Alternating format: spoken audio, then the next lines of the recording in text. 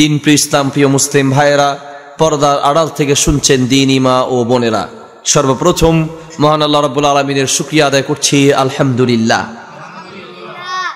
সম্মানিত হাজরিন, সামনে আমাদের রমাদান মাস আসছে। এই রমাদান মাস উপলক্ষে আমাদের কিছু প্রস্তুতি, কিছু করণীয়, কিছু বর্জনীয় আছে। আমি আপনাদের সম্মুখে আমাদের এই রমাদান মাসের প্রস্তুতি স্বরূপ কিছু কাজ আমাদের করণীয় আছে, কিছু কাজ বর্জনীয় আছে, কিছু প্রস্তুতির ব্যাপার আছে। রমজান আমাদের খুব কাছাকাছি চলে আসছে। কি প্রস্তুতি আমরা গ্রহণ করেছি?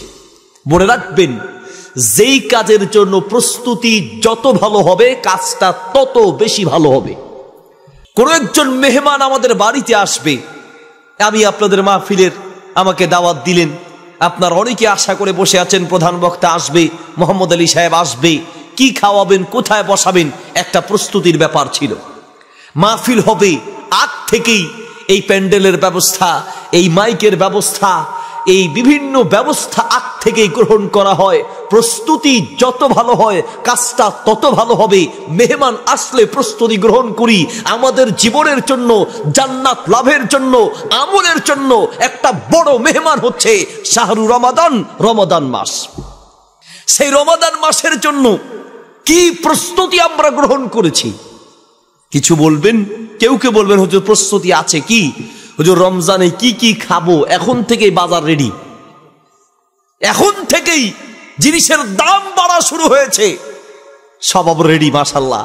যারা দোকানদার, তাদের প্রস্তুতি এবার রমাদানে কিভাবে কত বেশি ব্যবসা করা যায় আর কোন আইটেম আনলে বেশি চলবে, সেই প্রস্তুতি চলছে।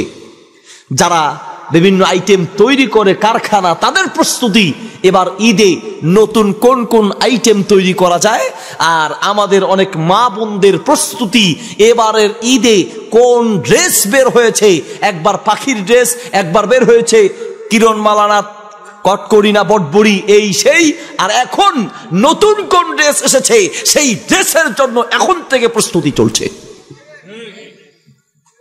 আর ছবি নির্মাতা, সিনেমা নির্মাতা, নাটক আর নাচ গান নির্মাতা যারা আছে, তারা আপনি সারা জীবন ধরে মানে রমজান মাসের সিয়াম আর তারাবি বিভিন্ন আমলের মাধ্যমে যা নেকি কামিয়েছেন, সেগুলোকে ধ্বংস করার জন্য ঈদের ছবি, ঈদের নাটক, ঈদের নাচ, ঈদের গান, ঈদের অনুষ্ঠান নামে মানুষের ঈমান আমল বিধ্বংসী কিছু প্রস্তুতি তারা গ্রহণ করছে। প্রিয় ভাইয়ের, আবার যারা সত্যিকার ইমানদার, তাদের আসল প্রস্তুতি, তাদের প্রস্তুতি এগুলো নয়। ইমানদারদের আসল প্রস্তুতি থাকবে রমাদান আসছে, এই রমাদানে আমি কোন ইবাদত দিয়ে কিভাবে আমল করলে আমার আল্লাহকে খুশি করব, জাহান্নাম থেকে মুক্তি পাবো, নিজেকে গুনাহমুক্ত করব, সেই প্রস্তুতি। আপনি ইমানদার হিসেবে আপনার এই প্রস্তুতি থাকা দরকার। সম্মানিত প্রিয় ভাই, নবী সাল্লাল্লাহু আলাইহি ওয়াসাল্লাম 3টি বদদোয়া করেছেন। মিশকাতে হাদিসটি আছে, মুসনাদ আহমদে আছে। নবী সাল্লাল্লাহু আলাইহি ওয়াসাল্লাম সাইদ আল মিম্বার, মিম্বারে উঠলেন, 3বার বললেন আমিন আমিন আমিন। হাদিসটি আপনারা অনেকবার শুনেছেন, কিন্তু কলিজা দিয়ে এখন পর্যন্ত উপলব্ধি করতে পারেন নাই। এই একটি হাদিস যদি কলিজার ভিতরে ঢুকাতে পারতাম, বিশ্বাস করেন আমাদের ইবাদতগুলো আরো অনেক সুন্দর হতো, আমাদের প্রস্তুতি আরো অনেক ভালো হতো। কলিজা দিয়ে উপলব্ধি করতে পারি নাই। নবী সাল্লাল্লাহু আলাইহি ওয়াসাল্লাম 3বার আমিন বললেন। আমিন বলার পরে যখন শেষ হলো, রাসূলুল্লাহ সাল্লাল্লাহু আলাইহি ওয়াসাল্লামকে সাহাবীরা প্রশ্ন করলেন, ইয়া রাসূলুল্লাহ, 3বার আপনি আমিন বললেন, এরকম তো আর কোনোদিন দেখি নাই। আল্লাহর নবী সাল্লাল্লাহু আলাইহি ওয়াসাল্লাম বললেন, জিবরাইল আলাইহিস সালাম এসে দোয়া করলেন, রগিম আনফুম রাইন, ওই ব্যক্তি ধ্বংস হোক কে, যে ব্যক্তি মান আদরাকা রমাদান, রমাদান পেল, ফালাম ইউগফার লাহু, অথচ নিজের জীবনের গুনাহকে মাফ করাতে পারলো না, ওই ব্যক্তি ধ্বংস হয়ে যাক। নাউজুবিল্লাহ বলেন। নবী সাল্লাল্লাহু আলাইহি ওয়াসাল্লাম আমিন বলেছেন। আল্লাহর নবীর বদদোয়া পৃথিবী উল্টাতে পারে, আল্লাহর নবীর বদদোয়া বৃথা যেতে পারে না। নবী সাল্লাল্লাহু আলাইহি ওয়াসাল্লাম দোয়া করলে যেমন কবুল হয়, তার বদদোয়া কবুল হয়ে যায়। রমাদান পেলেন কিন্তু জীবনের গুনাহ মাফ করাতে পারলেন না, আপনি ধ্বংস হবেন, লিখে রাখুন। দ্বিতীয় বদদোয়া করলেন কি, মান আদরাকা আবওয়াইহি, যে তার ওয়ালিদাইহি নিজের পিতা মাতাকে পেল, অথচ তাদের খেদমত করে জাহান্নাম থেকে মুক্তি পেল না, গুনাহ মাফ করাতে পারল না, জান্নাতি হতে পারল না, সেও ধ্বংস হোক। 3 নম্বর হলো যুকিরতা ইনদাহু ফালাম ইউসাল্লি আলাইকা, আপনার নাম উচ্চারিত হওয়ার পরেও যে ব্যক্তি আপনার উপরে দরুদ পড়ল না, সেই ব্যক্তিও ধ্বংস হোক। 1 নম্বর বদ্ধ করেছেন মানাদরাকা রমাদান, আর রমাদান পেয়েছে অথচ নিজের জীবনটাকে গুনাহ মুক্ত করতে পারে নাই, সে ধ্বংস হোক। কারণ রমজান মাস হলো নিজেকে গুনাহ মুক্ত করার সুবর্ণ এক সুযোগের মাস।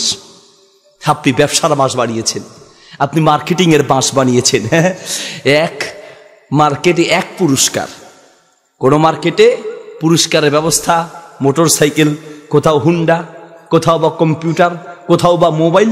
আর আমাদের মা বোনেরাও, আমাদের ভাইয়েরাও মাশাল্লাহ একদিন এক মার্কেটে যায়, কোন মার্কেটে লাগিয়া যায় বলা তো যায় না, এই জন্য একদিন এক মার্কেটে যায়।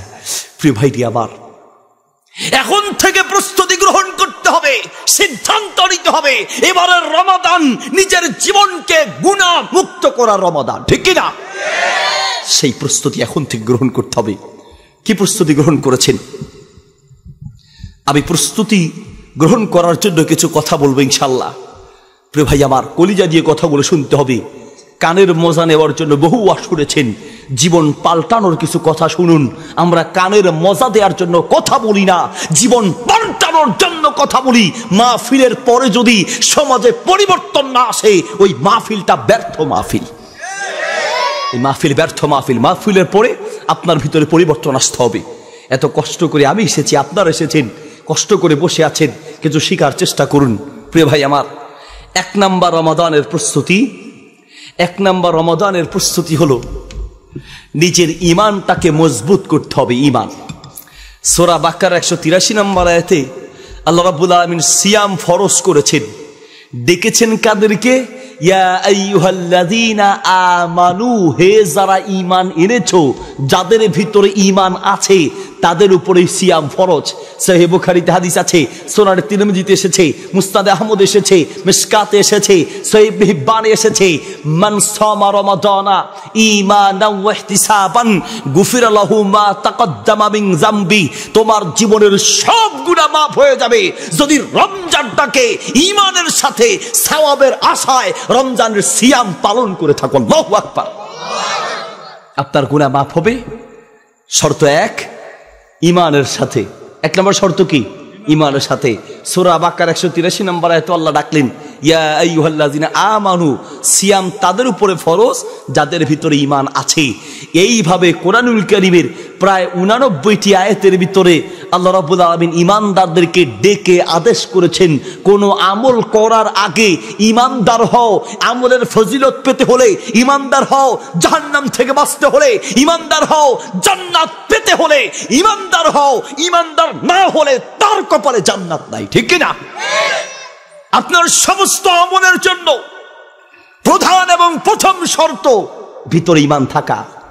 মনে করুন একটা মানুষের ভিতরে রূহ নাই, একটা মানুষের অন্তরের, একটা মানুষের ভিতরে রূহ নাই, এই লোকটার কোনো দাম আছে? শুধু নাই কি রূহ। তার হাত আছে, তার পা আছে, চোখ, নাক, কান, চেহারা, শরীর সব আছে, শুধু রূহ নাই, এই লোকটার কোনো দাম নাই। আপনার নিজের বাবাকে আপনি মাটির ভিতরে দাফন করে এসেছেন, আপনার কলিজার টুকরা সন্তানটাকে, ভাইটাকে আপনি মাটির ভিতরে দাফন করে এসেছেন। যেই মুখ দিয়ে আপনার বাবা আপনাকে আদর করতো সেই ঠোঁট তো এখনো আছে, যেই চোখ দিয়ে আপনার বাবা আপনাকে দেখতো সেই চোখ তো এখনো আছে, যেই হাত দিয়ে মাথার উপরে হাত বুলিয়ে দিত সেই হাত তো এখনো আছে, যেই শরীর দিয়ে আপনাকে আদর করতো সেই দেহ এখনো আছে।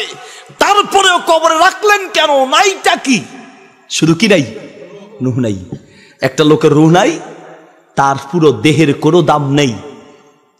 একটা লোকের ভিতরে রূহ না থাকলে ওই লোকটার যেমন কোনো দাম থাকে না, ঠিক তেমনি একটা লোকের ভিতরে ঈমান না থাকলে তার আমলের কোনো দাম আল্লাহর কাছে থাকে না। তার 1 নম্বর শর্ত কি? ঈমান থাকা। প্রিয় ভাই আমার, আমাদের সমাজে আপনি আপনার খতিব সাহেব আর মাহফিলের বক্তাদেরকে নামাজের ওয়াজ দেন, ফাটিয়ে দিবে। রোজার ওয়াজ দেন, মাশাআল্লাহ এত সুন্দর ওয়াজ করবে, ফাটিয়ে দিবে। হজ, উমরা, জাকাত, হজ, জাকাত বা পর্দা, পুশিদা, মা বাবার খেদমত ইত্যাদি ওয়াজ দেন, মাশাআল্লাহ বক্তারা ফাটিয়ে দিবে। ঈমান আর তাওহীদের আলোচনা দিলে বক্তা নিজেই ফেটে যাবে, কারণ ওনার নিজেরই এই ব্যাপারে পরিপূর্ণ জ্ঞান নাই। অথচ এই আমলের চেয়ে সবার আগে সবচেয়ে দামি হলো আপনার ঈমান, আর সেই ঈমানের আলোচনা মসজিদগুলোতে শূন্য।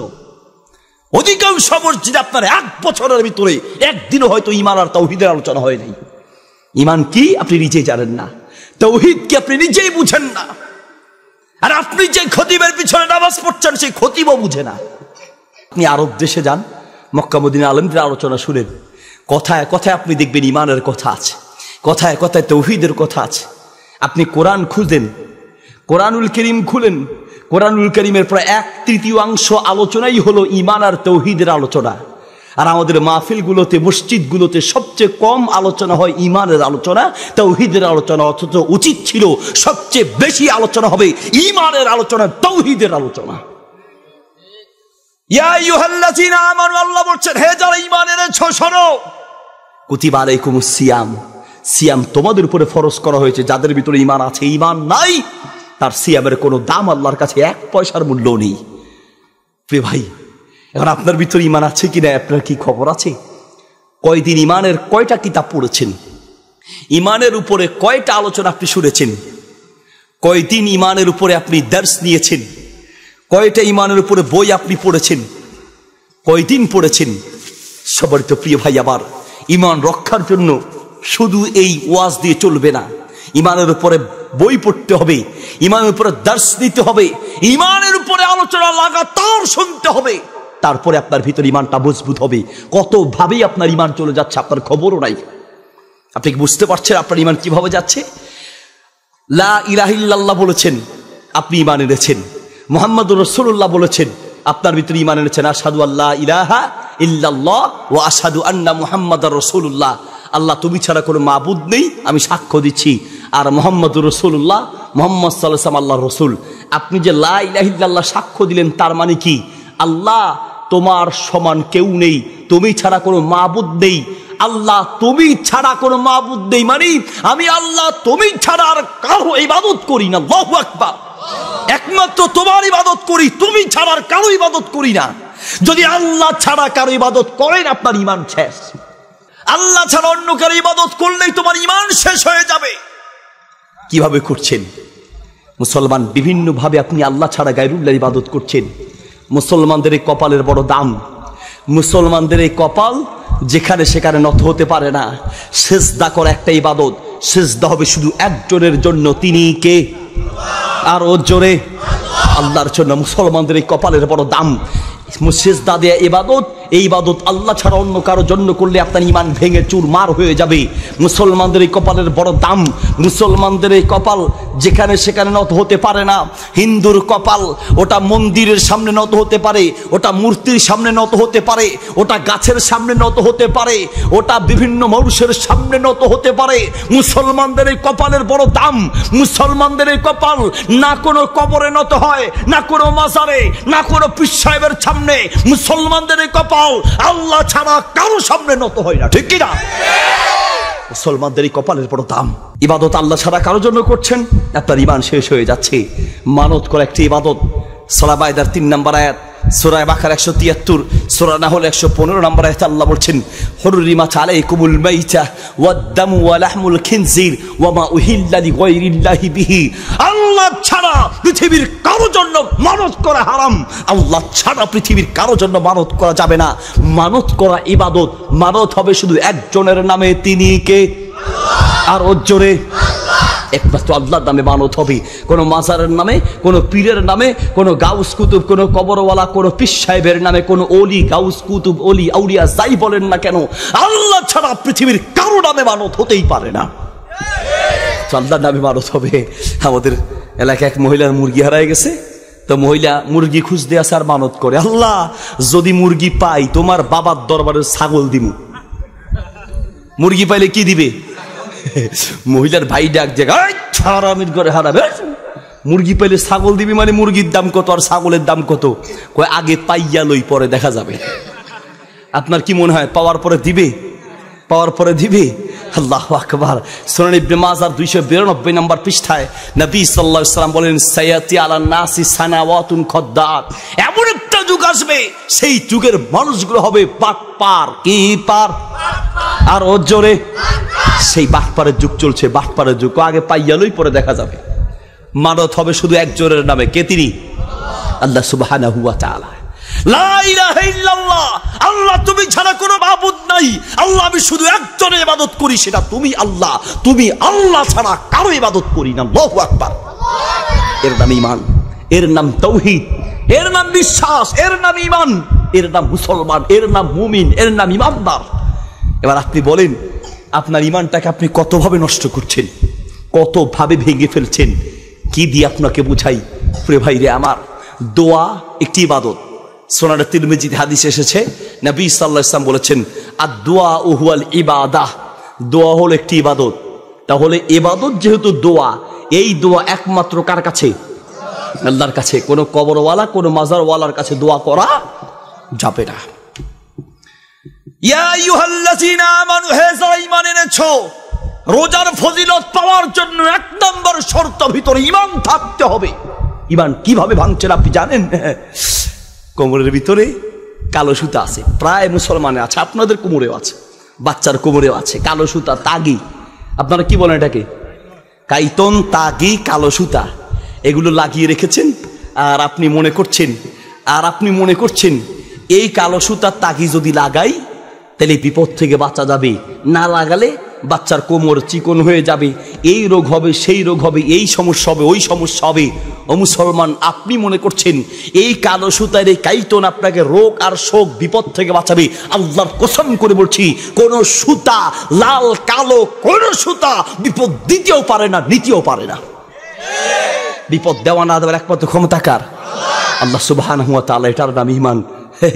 আপনি যখন দোকানে ব্যবসায়ীরা দেখবেন সন্ধ্যা হলে পরে আগরবাতি জ্বালায়, মোমবাতি জ্বালায়, ধূপ জ্বালায়। কেন? এগুলো জ্বালালে দোকানে বরকত আসবে। দুঃখের সাথে বলতে হয়, আমরা ইন্ডিয়াতে গেলে, হিন্দুস্তানে গেলে এগুলো দেখি। ইন্ডিয়াতে বিভিন্ন জায়গায় আপনি দেখবেন যে তারা দোকানে সন্ধ্যা হলে পরে ধূপ জ্বালায়, আগরবাতি জ্বালায়। ওরা হিন্দু, এটা ওদের পদ্ধতি। আপনি মুসলমান, আপনার বিশ্বাস, ঈমান এত দুর্বল হয় কি করে? কোনো আগুন, আগরবাতি, ধূপ, আপনি যদি আগরবাতি এই উদ্দেশ্যে জ্বালান যে আগরবাতি জ্বালালে মশা দূর হবে, তাহলে আপনি জ্বালাতে পারেন। আপনি যদি মোমবাতি এই উদ্দেশ্যে জ্বালান যে অন্ধকার দূর হবে, আপনি যদি ধূপ এই উদ্দেশ্যে জ্বালান যে ধূপ জ্বালালে মশা দূর হবে, তাহলে জায়েজ আছে। কিন্তু মনে রাখবেন, আপনি যদি এই উদ্দেশ্যে মোমবাতি, আগরবাতি অথবা ধূপ জ্বালান যে ধূপ, আগরবাতি, মোমবাতি জ্বালালে দোকানে বরকত আসবে, আল্লাহর কসম এটা মুসলমানদের ঈমান হতে পারে না। মুসলমানদের ঈমান কোনো আগুন মানুষকে বিপদ দিতেও পারে না, নিতেও পারে না। এটাই মুসলমানদের ঈমান। একজনের হাতের ভিতরে 4টা আংটি দেখলাম, তো জিজ্ঞালাম, হুজুর ভাই এই আংটিগুলো কিসের? হুজুর এগুলা কেরামতি আংটি, কেরামতি। আপনি সৌন্দর্যের জন্য আংটি লাগাবেন সেটা ভিন্ন কথা, কেরামতি আংটি মানে কি? হুজুর আজমির শরীফ থেকে আনছি। তারপর হুজুর এই আংটি বিপদ থেকে বাঁচায়, এই আংটি রোগ থেকে বাঁচায়, এই আংটি রিজিক বাড়ায়, আর এই আংটি হুজুর আমার গোপন সমস্যা আছে বলা যাবে না। প্রিয় ভাই রে আমার, এই আংটি বিপদ থেকে বাঁচাবে, এই আংটি রিজিক বাড়াবে। আল্লাহর কসম করে বলছি, মুসলমানদের ঈমান কখনো এমন হতে পারে না। মুসলমানদের ঈমান হবে কোনো আংটি, কোনো পাথর বিপদ দিতেও পারে না, নিতেও পারে না। বিপদ দেওয়া না দেওয়ার ক্ষমতা শুধু একজনের, তিনি কে? আরো জোরে। এর নাম ঈমান। সবার তো প্রিয় ভাই আমার, তাহলে ঈমানটাকে মজবুত করতে হবে। মনে রাখতে হবে, বিপদ থেকে বাঁচানো না বাঁচানো একমাত্র ক্ষমতা আল্লাহ সুবহানাহু ওয়া তাআলার। যত ইবাদত আছে সব আল্লাহর জন্য করতে হবে। আল্লাহর জন্য নির্ধারিত যত ক্ষমতা আছে, এই ক্ষমতা আল্লাহ ছাড়া অন্য কারো আছে মনে করলেই তার ঈমান ভেঙে যাবে। আমি ঈমান নিয়ে আলোচনা করা সময় যেহেতু সামনে সিয়াম নিয়ে আলোচনা করতে হবে, ভূমিকা স্বরূপ আপনাদেরকে কথাগুলো বললাম। 1 নম্বর প্রস্তুতি, নিজের ঈমানটাকে মজবুত করতে হবে। নাম্বার 2 নম্বর প্রস্তুতি, রমাদান আসার আগেই আজকে বাড়িতে গিয়ে, যদি আজকে রাত হয়ে যাচ্ছে না পারেন, আগামী কালকে বেবি বাচ্চা, সন্তান সন্ততি, স্ত্রী সবাইকে নিয়ে বসবেন। একসাথে বসে রমাদান মাসের জন্য একটি আমলের রুটিন আর ডায়েরি তৈরি করবেন। আমল কি কি করবেন এখনই ডায়েরি করবেন। আগামীকালকে বসে তুমি এত পারা কোরআন তেলাওয়াত করবা, এত পৃষ্ঠা বুঝে পড়বা, এত পৃষ্ঠা তেলাওয়াত করবা। আপনার স্ত্রী কি করবে, কোথায় আপনি তারাবি পড়বেন, কতজন মানুষকে ইফতার করাবেন, নিজেরা কিভাবে ইফতার করবেন, কোন কোন আমল করবেন, কতবার জিকির আজকার করবেন, কোন কোন আমল করবেন, কত ইবাদত করা যায় ইত্যাদি পরিবারের সবাইকে নিয়ে পরিকল্পনা করবেন, রুটিন করবেন। মনে রাখবেন, আপনি যদি রুটিন করেন, নিয়ত করেন, প্ল্যান করেন, পরিকল্পনা করেন, রমজান যদি নাও পান আর আমল যদি কোনো কারণে করতে নাও পারেন, আল্লাহর কসম নিয়ত করার সঙ্গে সঙ্গে আপনার আমল নামার ভিতরে নেকি লেখা হবে। সুবহানাল্লাহ। আপনি এখনই নিয়ত করবেন, কোন কারণে আপনার যদি মৃত্যু হয়েও যায় আপনি সওয়াব পেয়ে যাবেন। আল্লাহর নবী বলেছেন, শুনুন, আল্লাহর নবী বলছেন, সহিহ বুখারীর প্রথম হাদিস, হাদিসটি মিশকাতে আছে, হাদিসটি মুসনাদ আহমদে আছে, হাদিসটি সিলসিলা সহিহার ভিতরে আছে, হাদিসটি সহিহুল জামি কিতাবে আছে। নবী সাল্লাল্লাহু আলাইহি সাল্লাম বলছেন, ইন্নামাল আমালু বিন্নিয়াত ওয়া ইন্নামা লিকুল্লি ইমরিইম মা নাওয়া। পৃথিবীর প্রত্যেকটা মানুষ যাই নিয়ত করবে তাই সে পাবে। নিয়ত করার সঙ্গে সঙ্গে তার আমল নামায় সওয়াব লেখা হয়ে যাবে। আপনি আমল এখনো করেন নেই, রমাদান এখনো দেরি আছে, যদি আপনি এখন প্ল্যান করেন এখনই আপনার আমল নামায় নেকি লেখা হয়ে যাবে, সওয়াব আপনি পেয়ে যাবেন। সুবহানাল্লাহি ওয়া বিহামদিহি।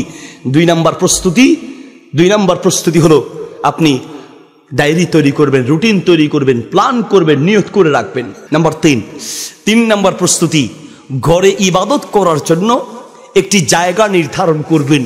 দুঃখের সাথে বলতে হয়, মুসলমানদের ঘরে এখন নামাজ পড়ার জন্য ইবাদতের জায়গা পাওয়া যায় না।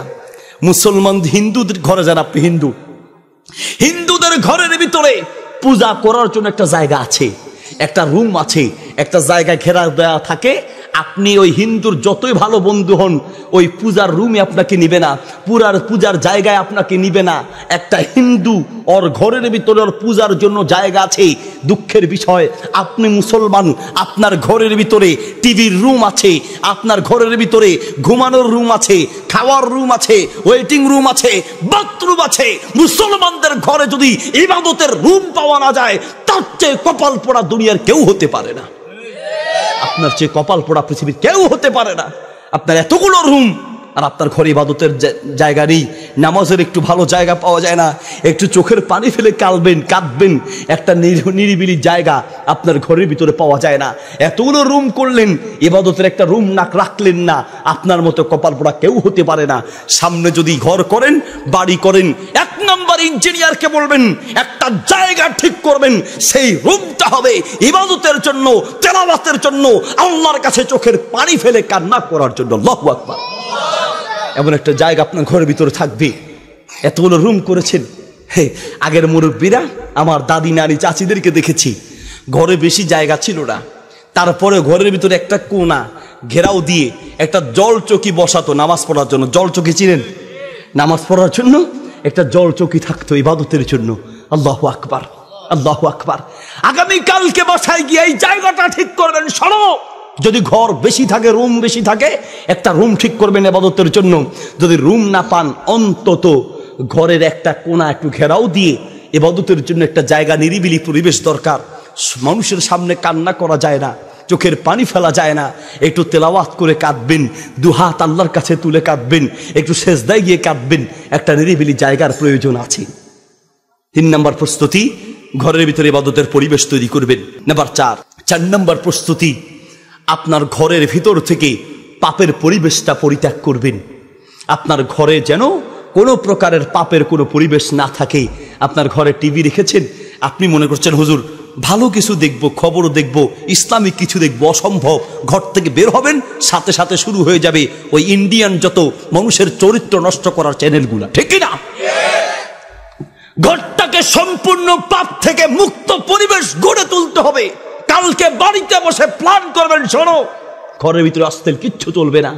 ঘরে পর্দার পরিবেশ তৈরি করুন, যেন রমজান মাস আসার আগেই এখন থেকে একটা ইবাদতের পরিবেশ তৈরি হয়, গুনাহ মুক্ত পরিবেশ তৈরি হয়। নাম্বার 5 নাম্বার প্রস্তুতি, গুনাহ থেকে মুক্ত থাকার জন্য এখন থেকে ট্রেনিং নেবেন, যেন রমজান মাস আল্লাহর পরিপূর্ণ রহমত পাওয়ার মাধ্যমে কাটাতে পারেন। এখন থেকেই আপনি সেই পাপ থেকে মুক্ত থাকার পরিকল্পনা ট্রেনিং নিবেন। প্রিয় ভাই আমার, আমরা রোজা মানি মনে করি রোজা মানি সারাদিন কিছু খাইলাম না, আকাম কুকাম যা আছে সব করি। আবার অনেকে আছে নামাজও পড়ে না, মাগার রোজাটা রাখে।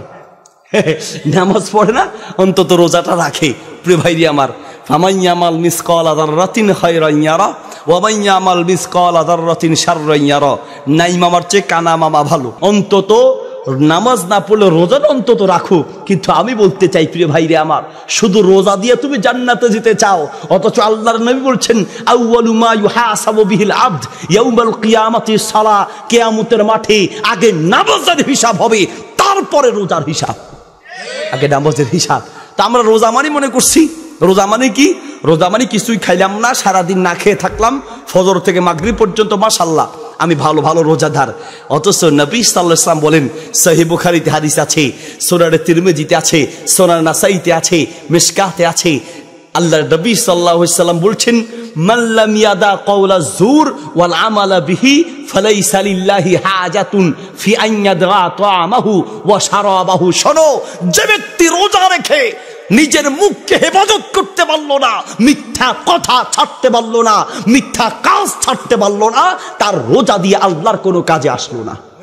তাহলে রোজা রাখার জন্য আপনি যেমন পেটে কিছু খাবার দিবেন না, আমরা এটাকে রোজা বলি, কিন্তু কোরআন হাদিসের ভাষায় রোজা নয়, এটাকে সিয়াম বলা হয় বা সওম বলা হয়।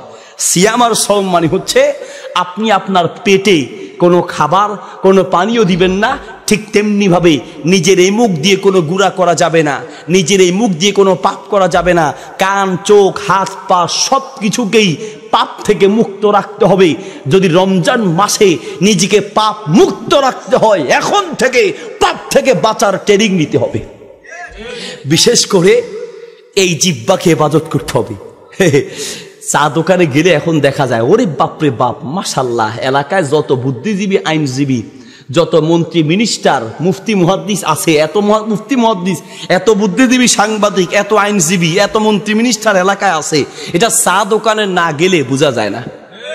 ওরা যে কে যে ওরা চাকরি দিল, বিনা পয়সার চাকরি, হ্যাঁ, খালি অমুকের বই করছে, তমুকের বই করছে, অমুকের মেয়ে করছে, তমুকের মেয়ে ওই করছে, আর নিজের বউর খবর নাই, নিজের মেয়ের খবর নাই, নিজের খবর নাই, নিজে খারাপ।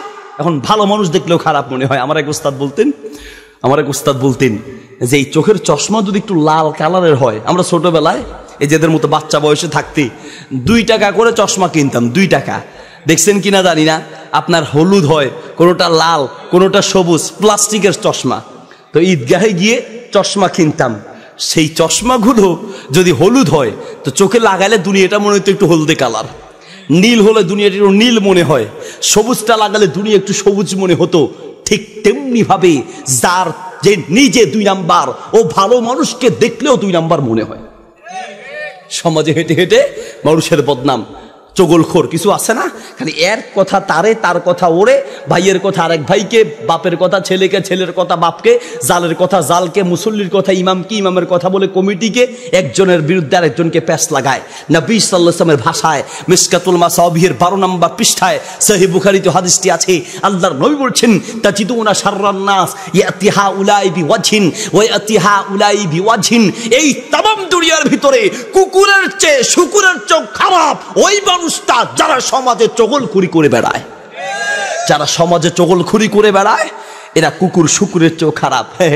এই সমাজ নষ্ট করার জন্য এগুলো বেশি লাগে না, 2-1টা চগলখোর থাকলেই চলে। একটা চগলখোর আপনার পুরো এলাকা জ্বালানোর জন্য মেসের কাঠি কয়টা লাগবে? 1 পিস মেসের কাঠি পুরো এলাকা জ্বালায় দিতে পারবে। 1 পিস চগলখোর যেই পরিবারে আছে ওই পরিবার ধ্বংস, যেই কমিটিতে একটা চগলখোর ঢুকেছে ওই কমিটি ধ্বংস, যেই মসজিদ, মাদ্রাসা, মাহফিলে, যেই এলাকায় একজন চগলখোর আছে ওই পুরো এলাকা ধ্বংসের জন্য 1 পিসই যথেষ্ট। নবী সাল্লাল্লাহু আলাইহি ওয়াসাল্লাম এই জন্য বলেন, মিশকাতে হাদিস আছে, সহিহ বুখারীতে আছে, আত-তারগীব ওয়াত-তারহীব কিতাবে আছে, লা ইয়াদখুলুল জান্নাতা কাত্তাত ওয়া ফি রিওয়ায়াতিন নাম্মাম। যারা চগলখুরি করে বেড়ায়, এরা তওবা না করে মারা গেলে, দুনিয়ার থেকে বিদায় হলে জান্নাতে যেতে পারবে না। প্রিয় ভাইরা আমার, এই জিহ্বাকে হেফাজত করতে হবে, এখন থেকে ট্রেনিং নিতে হবে। খবরদার, এখন থেকে ট্রেনিং নিতে হবে। জিহ্বা দিয়ে একটা কোন প্রকারের অন্যায়, কোন প্রকারের গুনাহের কথা এ মুখ দিয়ে যেন বের না হয়। মাল্লাম ইয়াদা কওলা জুর, যে মিথ্যা ছাড়তে পারলো না সে রোজার পরিপূর্ণ সওয়াব পেল না। মিথ্যা তো আমাদের কাছে এখন পান্তাবাতের পানির মতো।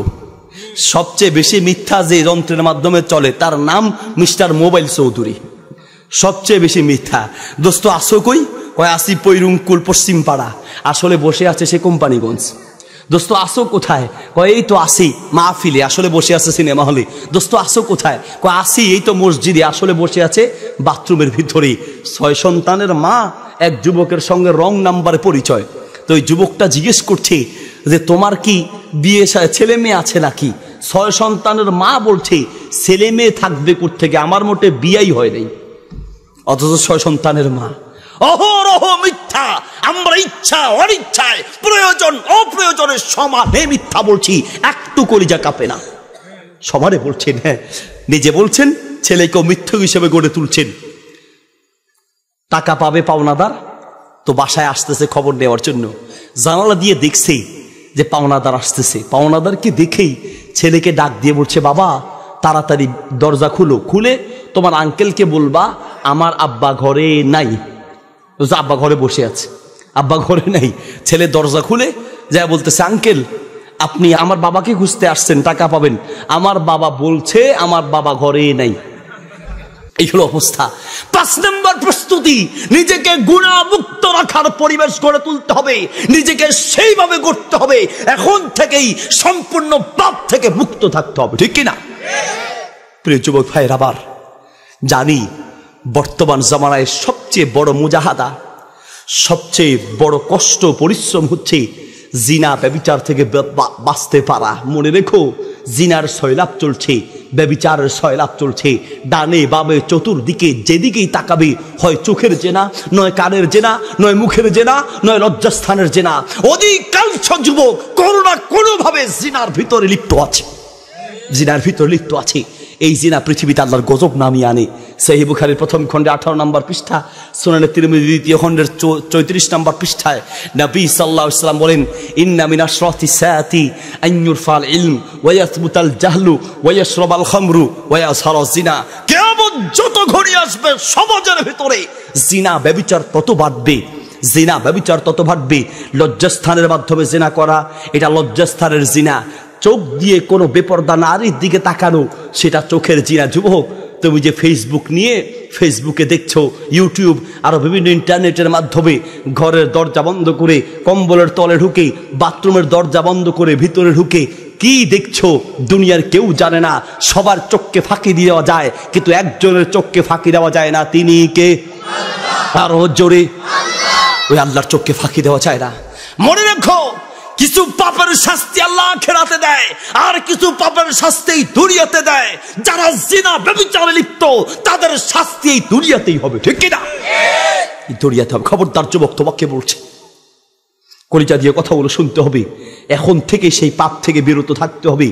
এখন এই মুহূর্তে এখনই সিদ্ধান্ত নিতে হবে। শুনে রেখো, যদি আল্লাহর গজব থেকে বাঁচতে চাও এখনো সময় আছে। তুমি নিজেকে এই পাপ থেকে বাঁচানোর চেষ্টা করো।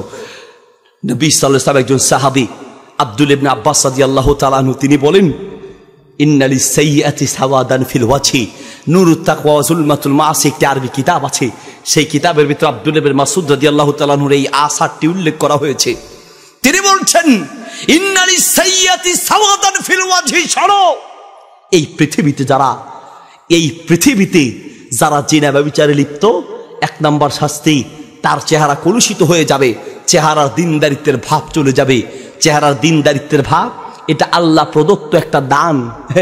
ফেস ওয়াশ দিয়ে যতই ডলো, ফেয়ার অ্যান্ড লাভলি যতই খাও, আটা ময়দা সোনো ক্রিম যা আছে সমানে লাগাও, চামড়া সাদা বানানো যাবে, কিন্তু চেহারার দিনদারিত্বের ভাব এটা আল্লাহ প্রদত্ত একটা দয়া, ঠিক না? এটা ইবাদতের মাধ্যমে আসে, এটা গুনাহের মাধ্যমে দূর হয়ে যায়। যারা জিনায় লিপ্ত তাদের চেহারা সৌন্দর্য দূর হয়ে যাবে। নাম্বার 2 নাম্বার পাপের শাস্তি, ওয়াহনান ফিল বাদান। আল্লাহ তার শরীরে এমন রোগ দিবে ডাক্তার ওষুধ খুঁজে পাবে না। নাম্বার 3 নাম্বার জিনা ব্যভিচারের শাস্তি হলো এই দুনিয়াতে নুকসান ফির রিজকি, রিজিকের বরকত আল্লাহ কমিয়ে দিবেন।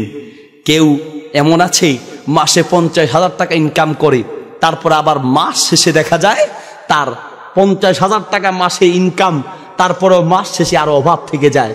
আর আরেকজন মাসে 10-15 হাজার টাকা ইনকাম করে, মাশাল্লাহ, মাস শেষে তার কোনো অভাব নেই, বরং আরো জমা থাকে। 50,000 ইনকাম করলো, মাস শেষে অভাব। 10-15 হাজার ইনকাম করে, মাস শেষে অভাব নাই। কারণ একজনের রুজিতে বরকত আছে, আরেকজনের রুজিতে বরকত নাই। যারা জিনা ব্যভিচারে লিপ্ত, তাদের এই সমাজে, এই পৃথিবীতে বেঁচে থাকতে রিজিকের ভিতরে কোনো বরকত থাকবে না। নাম্বার 4 নম্বর পাপের শাস্তি, বাপতাতান ফি কুলুবিল খালক, সৃষ্টি জগতের মাঝে তোমার প্রতি ঘৃণা সৃষ্টি করে দেয়া হবে। ভালো মানুষরা তোমাকে ভালো চোখে দেখবে না, বরং তোমাকে ঘৃণার চোখে দেখবে। মনে রেখো, 2 নম্বর শাস্তি, ওয়াহনান ফিল বাদান, শরীরে এমন রোগ দিবে ডাক্তার ঔষধি খুঁজে পাবে না। সম্মানিত প্রিয় ভাই, এজন্য বলছি, এই সমাজ জীবিত থাকতে এখনো সময় আছে, পাপ থেকে মুক্ত থাকতে হবে। এই রমজান আসার আগে 5 নম্বর যে কাজ, সেটা হলো সব ধরনের গুনাহ ত্যাগ করবো। রাজি আছে ইনশাল্লাহ? গুনাহ করতে দুনিয়ার সামান্য মজা আছে, একটু মজা লাগে, একটু ভালো লাগে। ওই যে আপনার চুলকানির মলম বেচে না, তো চুলকানির মলম যারা বেচে, আপনি দেখবেন ঢাকা গুলিস্তান দিয়ে কখনো যাওয়া আসা করলে, অথবা আপনার কুমিল্লার কান্দির পার অথবা ফেনীর দিঘির পার দিয়ে আশেপাশে যদি আসা যাওয়া করেন, তখন দেখবেন ওরা আপনার ওই যে চুলকানির মলম বিক্রি করে। তো তার একটা কথা সুন্দর বলে, চুলকানি তো খুব ভালোই লাগে, খালি গ্যাচাং গ্যাচাং গ্যাচাং চুলকা, হ্যাঁ, চুলকাইতে চুলকাইতে এখন পকেটে হাত দিয়ে চুলকায়, কতভাবে যে চুলকাইতে তো মজাই লাগে, কিন্তু বাড়িতে যাইয়া যখন প্যান্ট খুলে বা কাপড় খুলে তখন টের পায় এই চুলকানির মজা যে কত মজা, যত মজা তার চেয়ে কয়েক গুণ বেশি সাজা। চুলকানোর সময় তো খুবই মজা লাগে, কিন্তু পরে টের পাইবা। সবার তো প্রিয় ভাই আমার, গুনাহ করতে দুনিয়ার সামান্য মজা আছে, কিন্তু এর চেয়ে লক্ষ গুণ সাজা কিয়ামতের মাঠে জাহান্নামের আগুনে জ্বলে সাজা পেতে হবে, ঠিক কিনা? এখন থেকে সে গুনাহ ছেড়ে দিতে হবে। মনে রাখবে, দুনিয়ায় খুব কঠিন মুহূর্ত চলছে, খুব কঠিন বিপদ চলছে, কঠিন বিপদ। এখনো যদি আমাদের বুঝ না আসে, বুঝ কখন আসবে? করোনা ভাইরাস কমেছিল, আমরা সবাই আবার যেই সেই করোনা আসার সাথে সাথে কিছু মুসল্লিদের ইমানটা একটু মজবুত হয়েছে, নামাজির সংখ্যা একটু বেড়েছিল, মাশাআল্লাহ, হ্যাঁ, একটু গুনাহ থেকে আমরা ফিরে এসেছিলাম। যখন করোনা একটু দুর্বল হয়েছে, আমরা আবার যেই সেই আপনার কামার দোকানে গেলে দুইটা হাতুড়ি আওয়াজ শোনা যায়, একটা বড় একটা ছোট। তো বড়টা দিয়ে জোরে মারে, ছোটটা দিয়ে আস্তে মারে। তো দূর থেকে শুনলে শোনা যাবে যেই সেই। তো করোনা প্রথম দিকে আমরা একটু ভালো হয়েছিলাম, করোনা যখন কমছে আমরা আবার যেই সেই। বর্তমানে খবর পত্রিকায় খবর নেন, বিজ্ঞানীরা বলছে বাহিরের বিশ্বের কয়েকটা রাষ্ট্রে আবার অলরেডি লকডাউন শুরু হয়েছে। বাংলাদেশেরও অবস্থা খুবই খারাপ। প্রিয় ভাইরে আমার, আশেপাশের বহু মানুষকে এই করোনা ভাইরাসে হারিয়ে ফেলেছি। গত বছর একসঙ্গে মাহফিল করেছি। গোলাম সরওয়ার সাইদি, আপনাদের কাছাকাছি কসবার একজন ফেমাস বক্তা গোলাম সরওয়ার সাইদি রহিমাহুল্লাহ দুনিয়ার থেকে বিদায় হয়ে গেলেন। এইরকম ভালো বহু আলেম দুনিয়ার থেকে বিদায় হলেন, বহু ডাক্তার বিদায় হলেন, বহু ইঞ্জিনিয়ার বিদায় হলেন, বহু মন্ত্রী বিদায় হলেন, বহু এমপি বিদায় হলেন। আপনি বেঁচে আছেন আল্লাহর দয়ার কারণে। এখনো সময় আছে, তওবা করে আল্লাহর পথে ফিরে আসতে হবে। এখনো সময় আছে, ফিরে আসো প্রিয় ভাই আমার। কখন কোন মুহূর্তে কার কোন সময় বিদায় হওয়া লাগে বলা যায় না। আল্লাহ আমাদের সবাইকে পাপের পরিবেশ থেকে, পাপ থেকে মুক্ত হওয়ার তৌফিক দান করুন, আমিন। 5 নম্বর প্রস্তুতি গেল। নাম্বার 6 নম্বর প্রস্তুতি, রমজান আসার আগে এখনই রমজান সংক্রান্ত কোনো একটা বই নিয়ে পড়বেন। সেটা কোরআন এবং হাদিসের দলিল ভিত্তিক। রমাদান ও সিয়াম ও রমাদান, অথবা সিয়ামের মাসালা মাসাইল, রোজার মাসালা মাসাইল, দলিল ভিত্তিক কোনো একটা বই নিয়ে পড়বেন। সম্ভব হলে মসজিদের দার্সের ব্যবস্থা করবেন। মসজিদের সভাপতি যারা আছেন, মসজিদের ভিতরে এখনই আপনাদের দায়িত্ব মুসল্লিদেরকে রমজানের মাসালা মাসাইল শেখানোর জন্য মসজিদে আলোচনার ব্যবস্থা করবেন। আমাদের মসজিদ কমিটি, মাদ্রাসার কমিটির দায়িত্বশীল, আপনাদের এলাকার কথা বলছি না, সারা বাংলাদেশের কথা বলছি। আমাদের মসজিদের, মাদ্রাসার আর মাহফিলের আপনার কমিটিরা দায়িত্ব কি পালন করে? ওনাদের মেন দায়িত্ব, ওনারা মনে করে মসজিদকে কত সুন্দর করা যায়। এক মসজিদের কমিটির লোক আর এক মসজিদের কমিটির লোককে গিয়ে বলে, বেটা টাইলস লাগাইছিস, যাইয়া দেখিস। টাইলস কারে কয় দেখিস? এখন আর মুসল্লিরা বাড়িতে আয়না দেখে না, মসজিদে এসে টাইলসের ভিতরে গিয়ে আয়না দেখে, নাকের ভিতরে কি ময়লা আছে কি নাই, গালে আছে কি নাই, আপনার যে টাইলস লাগাইছে আয়না ফেল মাশাআল্লাহ, হ্যাঁ এমন এমন চকচক করে, ওর আর আয়না দেখা লাগে না, ও নামাজে দাঁড়ায়া টাইলসের স্টাইল দেখে, টাইলসের স্টাইল। প্রিয় ভাই আমার, টাইলস সুন্দর লাগানো সুবিধা নাই, তবে এমন কোনো টাইলস লাগানো যাবে না যে টাইলসের কারণে মুসল্লির নামাজের ভিতরে কোনো ধরনের ব্যাঘাত সৃষ্টি করতে পারে, এই ধরনের কিছু লাগানো যাবে না। পাশাপাশি বলতে চাই, মসজিদকে আপনি সুন্দর করেন, মাদ্রাসাকে সুন্দর করেন, মাহফিলের প্যান্ডেল, মাহফিলের আনুষঙ্গিক সব সুন্দর করেন, তবে তার চেয়ে বেশি প্রধান দায়িত্ব মসজিদের মুসল্লিদের ঈমান আর আমলকে সুন্দর করা। এক নম্বর দায়িত্ব মসজিদের মুসল্লিদের ঈমান আর আমলকে সুন্দর করা। আমি ঢাকা শহরে এক মসজিদে জুমা পড়াতে গেলাম, কষ্ট হচ্ছে নাকি আপনাদের? চলবে ইনশাল্লাহ? শেষ করে দিব নাকি? কতক্ষণ চলবে? সারা রাত? সারা রাত? আচ্ছা মাশাআল্লাহ, সারা রাত লাগবে না, আমরা অল্প কিছু দিলে চলবে। সারা রাত আপনারা থাকেন, আমি আর সভাপতি সাহেব জামুগা, আপনারা থাকলে চলবে। প্রিয় ভাই আমার, তো জুমা পড়াতে গেলাম, তো আমাকে মসজিদের সভাপতি সাহেব এসে বলছে, হুজুর আপনি আজকে জুমা পড়াবেন। আমি একজন সরকারি রিটায়ার্ড পার্সন, অস্ত্র হুজুর জমা দিয়েছি, মাগার ট্রেনিং কিন্তু জমা দেই নেই। আমাকে বলতেছে অস্ত্র জমা দিয়েছি, মাগার ট্রেনিং জমা দেই নেই। আমি বললাম খাইছি, কোথায় জমা পড়াইতে আসলাম? হ্যাঁ আমি ওয়াশ করবো, তার আগে আমার এই ওয়াশ করতে আছে। ওয়াশ আমি কি ওয়াশ করবো? বললাম যাই, তারপর লাইন বলেন। হুজুর কিছু মাইন্ড করবেন না, কথাটা আবার বলছি, হুজুর অস্ত্র জমা দিয়েছি, ট্রেনিং জমা দেই নেই। আপনি এই মসজিদে জুমা পড়াবেন, এই মসজিদে জুমা পড়াতে এসে সব হুজুররাই কথা বলার সময় বাইলে বাইলে কথা বলে, বাইলে বাইলে সিস্টেমে সিস্টেমে বলে, যেন কারো অন্তরে আঘাত না লাগে।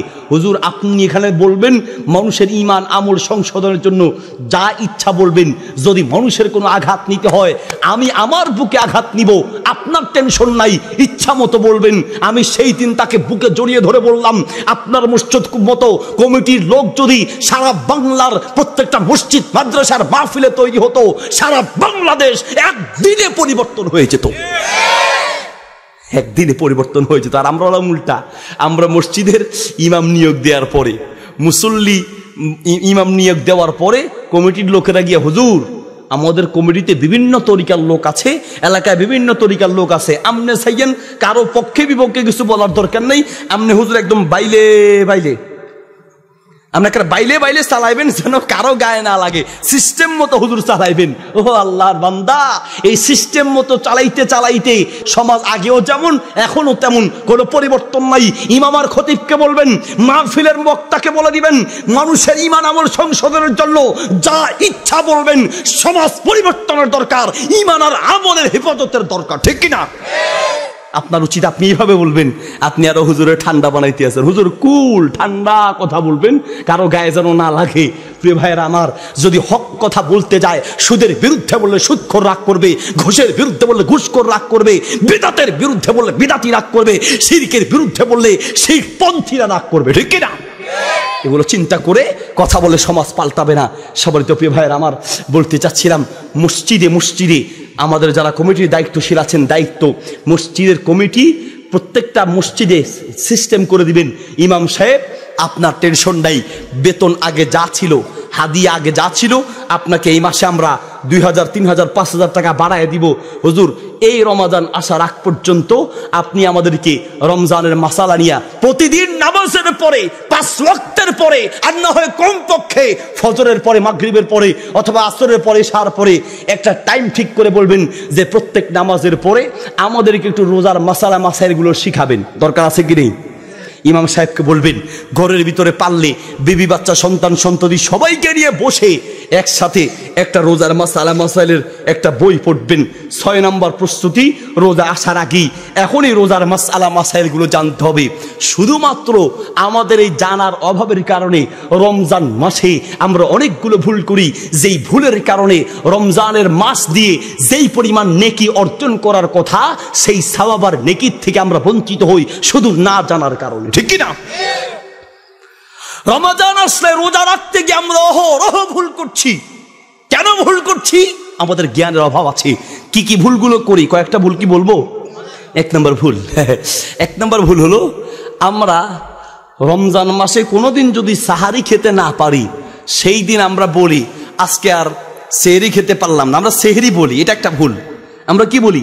সেহরি। আসলে সেহের মানে হলো জাদু, আর সাহার মানে হলো শেষ রাতের খাবার। এখন আমরা যে সেহরি বলেন, সেহরি মানে জাদু, আর সাহারি মানে হলো শেষ রাতের খাবার। আপনারা কি জাদু খান না শেষ রাতের খাবার খান? তাইলে আমরা সেহরি খাই না, কি খাই? সাহারি খাই। আরবি ভাষা হলো সাহারি। তো কোনোদিন যদি সাহারি খেতে না পারি, তো সেই দিন আমরা বলি আজকে তো ঘুম থেকে উঠতে দেরি হয়ে গেছে, সাহারি খেতে পারি নেই, থাক আজকের রোজাটা বাদ থাক, আগামীকাল থেকে আবার শুরু করব না। সাহারি খাওয়া গুরুত্বপূর্ণ সুন্নাহ, ঠিক আছে? সহিহ বুখারীতে হাদিস এসেছে, মুসনাদ আহমদ এসেছে, মিশকাত এসেছে। নবী সাল্লাল্লাহু আলাইহি ওয়াসাল্লাম বলেন, তাসাহারু ফাইন্না ফিস সুহুরি বারাকা। সাহারি খাও, সাহারিতে বরকত আছে। ফাসলু মা বাইনা সিয়ামিনা ওয়া সিয়ামি আহলিল কিতাব আকালাতুস সাহুর। আমাদের সিয়ামের মাঝে ইহুদি আর খ্রিস্টানরাও সিয়াম বা রোজা রাখে, তাদের রোজার মুসলমানদের রোজার মাঝে পার্থক্য হলো তারা রোজা রাখে, সাহারি খায় না, আমরা রোজা রাখি, সাহারি খাই। সাহারি খাওয়া গুরুত্বপূর্ণ সুন্নাত, কিন্তু কোনো কারণে সাহারি খেতে না পারলেও ঘুম থেকে উঠেই আপনি রোজা রাখবেন, নিয়ত করবেন, ইনশাআল্লাহ আপনার রোজা হয়ে যাবে। সাহারি না খেলেও রোজা হয়ে যাবে। তাহলে আমরা ভুল করি কি? সাহারিকে মনে করি রোজা, সাহারি খেতে না পারলে রোজা হবে না। সাহারি খাবেন, কোনো কারণে সাহারি খেতে না পারলেও আপনার রোজা হয়ে যাবে। আপনি ঘুমানোর আগেই তো নিয়ত করে ঘুমিয়েছেন সাহারি খাবো, এরপরে রোজা রাখবো, উঠতে পারেন নাই, অসুবিধা নেই, তখন থেকে খানা বন্ধ, আপনার রোজা হয়ে যাবে। বাকি যদি সাহারি খেতে না উঠতে পারার কারণে খেতে পারেন নাই, শরীর দুর্বল হয়ে গেছে, ঘুরে পড়ে যাবেন, অসুস্থ হয়ে যাবেন মনে করেন, তাহলে আপনি রোজা ভাঙতে পারবেন অসুস্থতার কারণে। কিন্তু সাহারি খান নাই, এই অজুহাত দিয়ে রোজা ভাঙা যাবে না। নাম্বার দুই নাম্বার ভুল করি আমরা, রোজা রাখা অবস্থায় গরম যদি লাগে তাহলে মাথায় পানি অথবা শরীর ভিজানো অথবা একটু গোসল করা অথবা মাথায় একটু পানি দেওয়া, এই কাজটা যদি কেউ করে, আমরা বলি এ বেটা তোর তো রোজা হালকা হয়ে গেছে। রোজা কি হয়েছে? হালকা। মাথায় বেশি পানি দিলে রোজা হালকা হয়ে যায়, শরীর ভিজায় রাখলে রোজা হালকা হয়ে যায়। তো হালকা হলে তো ভালো, ওজন একটু কমলো, হালকা হলে ভালো না? প্রিয় ভাইয়ের, আবার এটা ভুল কথা। ওমর রাদিয়াল্লাহু তাআলা আনহু বলছেন, রোজার কষ্টে আমরা মাথা ভিজাতাম, শরীর ভিজাতাম। প্রয়োজনে যদি রোজা কষ্ট হয় তাহলে কষ্ট থেকে বাঁচার জন্য, গরম থেকে বাঁচার জন্য প্রয়োজনে মাথা ভিজানো, শরীর ভিজানো জায়েজ আছে। শরীর ভিজানো, প্রয়োজনে গোসল করতে পারেন। তবে এবার পাইছেন হুজুর, সুযোগ পাইছেন, বলে হুজুর ঠিক আছে সমানে পুকুরে ডুবাবো, আবার ওইদিকে সুযোগ নেওয়া যাবে না। তাইলে আপনি ডুবাতে বেশি গেলে নাকে আর মুখে পানি ঢুকতে পারে, সেটা ভিন্ন মাসালা। যেন ভিতরে পানি যাওয়ার সম্ভাবনা না থাকলে ওটা মাকরু, কিন্তু এমনিতে শরীর ভিজাবেন অথবা মাথায় পানি দিবেন, বারবারও দিতে পারেন রোজার কষ্ট থেকে বাঁচার জন্য। 3 নাম্বার আরেকটা পয়েন্ট আমরা ভুল মনে করি কি, রোজায় কষ্ট হয়, এটা বলা যাবে না, তাহলে রোজা হালকা হয়ে যাবে। রোজায় কষ্ট হয় না? কষ্ট হয়, এটা বললে হালকা হবে না। রোজায় কষ্ট হয়, কিন্তু রোজার কষ্ট মুসলমানদের কাছে কষ্ট মনে হয় না। বান্দা যখন চিন্তা করে, মুসলিম যখন চিন্তা করে যে এই রোজার কষ্টের মাধ্যমে আমি জাহান্নাম থেকে বাঁচবো, আল্লাহর জান্নাতের মেহমান হয়ে যাব, তখন এই রোজার কষ্ট মুসলমানের কাছে কষ্ট মনে হয় না, ঠিক কি না? আল্লাহর প্রতি অভিযোগ করে না। হ্যাঁ, বুঝার জন্য একটা দৃষ্টান্ত দিলে বুঝবেন। মনে করেন আপনার পেটে খুব রোগ, অসুস্থ হলেন, সমস্যা, পাথর হলো, ডাক্তার দেখালেন ঢাকাতে, ডাক্তার বলল আপনার পেট কেটে নাড়ি ভুড়ি বের করে এখান থেকে পাথরগুলো বের করতে হবে, আপনি বাঁচতেও পারেন মরতেও পারেন, নিদাবি অপারেশন করা হবে, রাজি আছেন? উনি তো ভয়ে শেষ, বাইরে দরকার নেই, এমনি মরমু তাও ভালো, কিন্তু পেট কেটে মরার দরকার নেই। আরেক ডাক্তার দেখালো একই কথা, 4-5 জন ডাক্তার দেখালো, সবাই বলল যে আপনার অপারেশন করা ছাড়া বিকল্প কোনো রাস্তা নেই।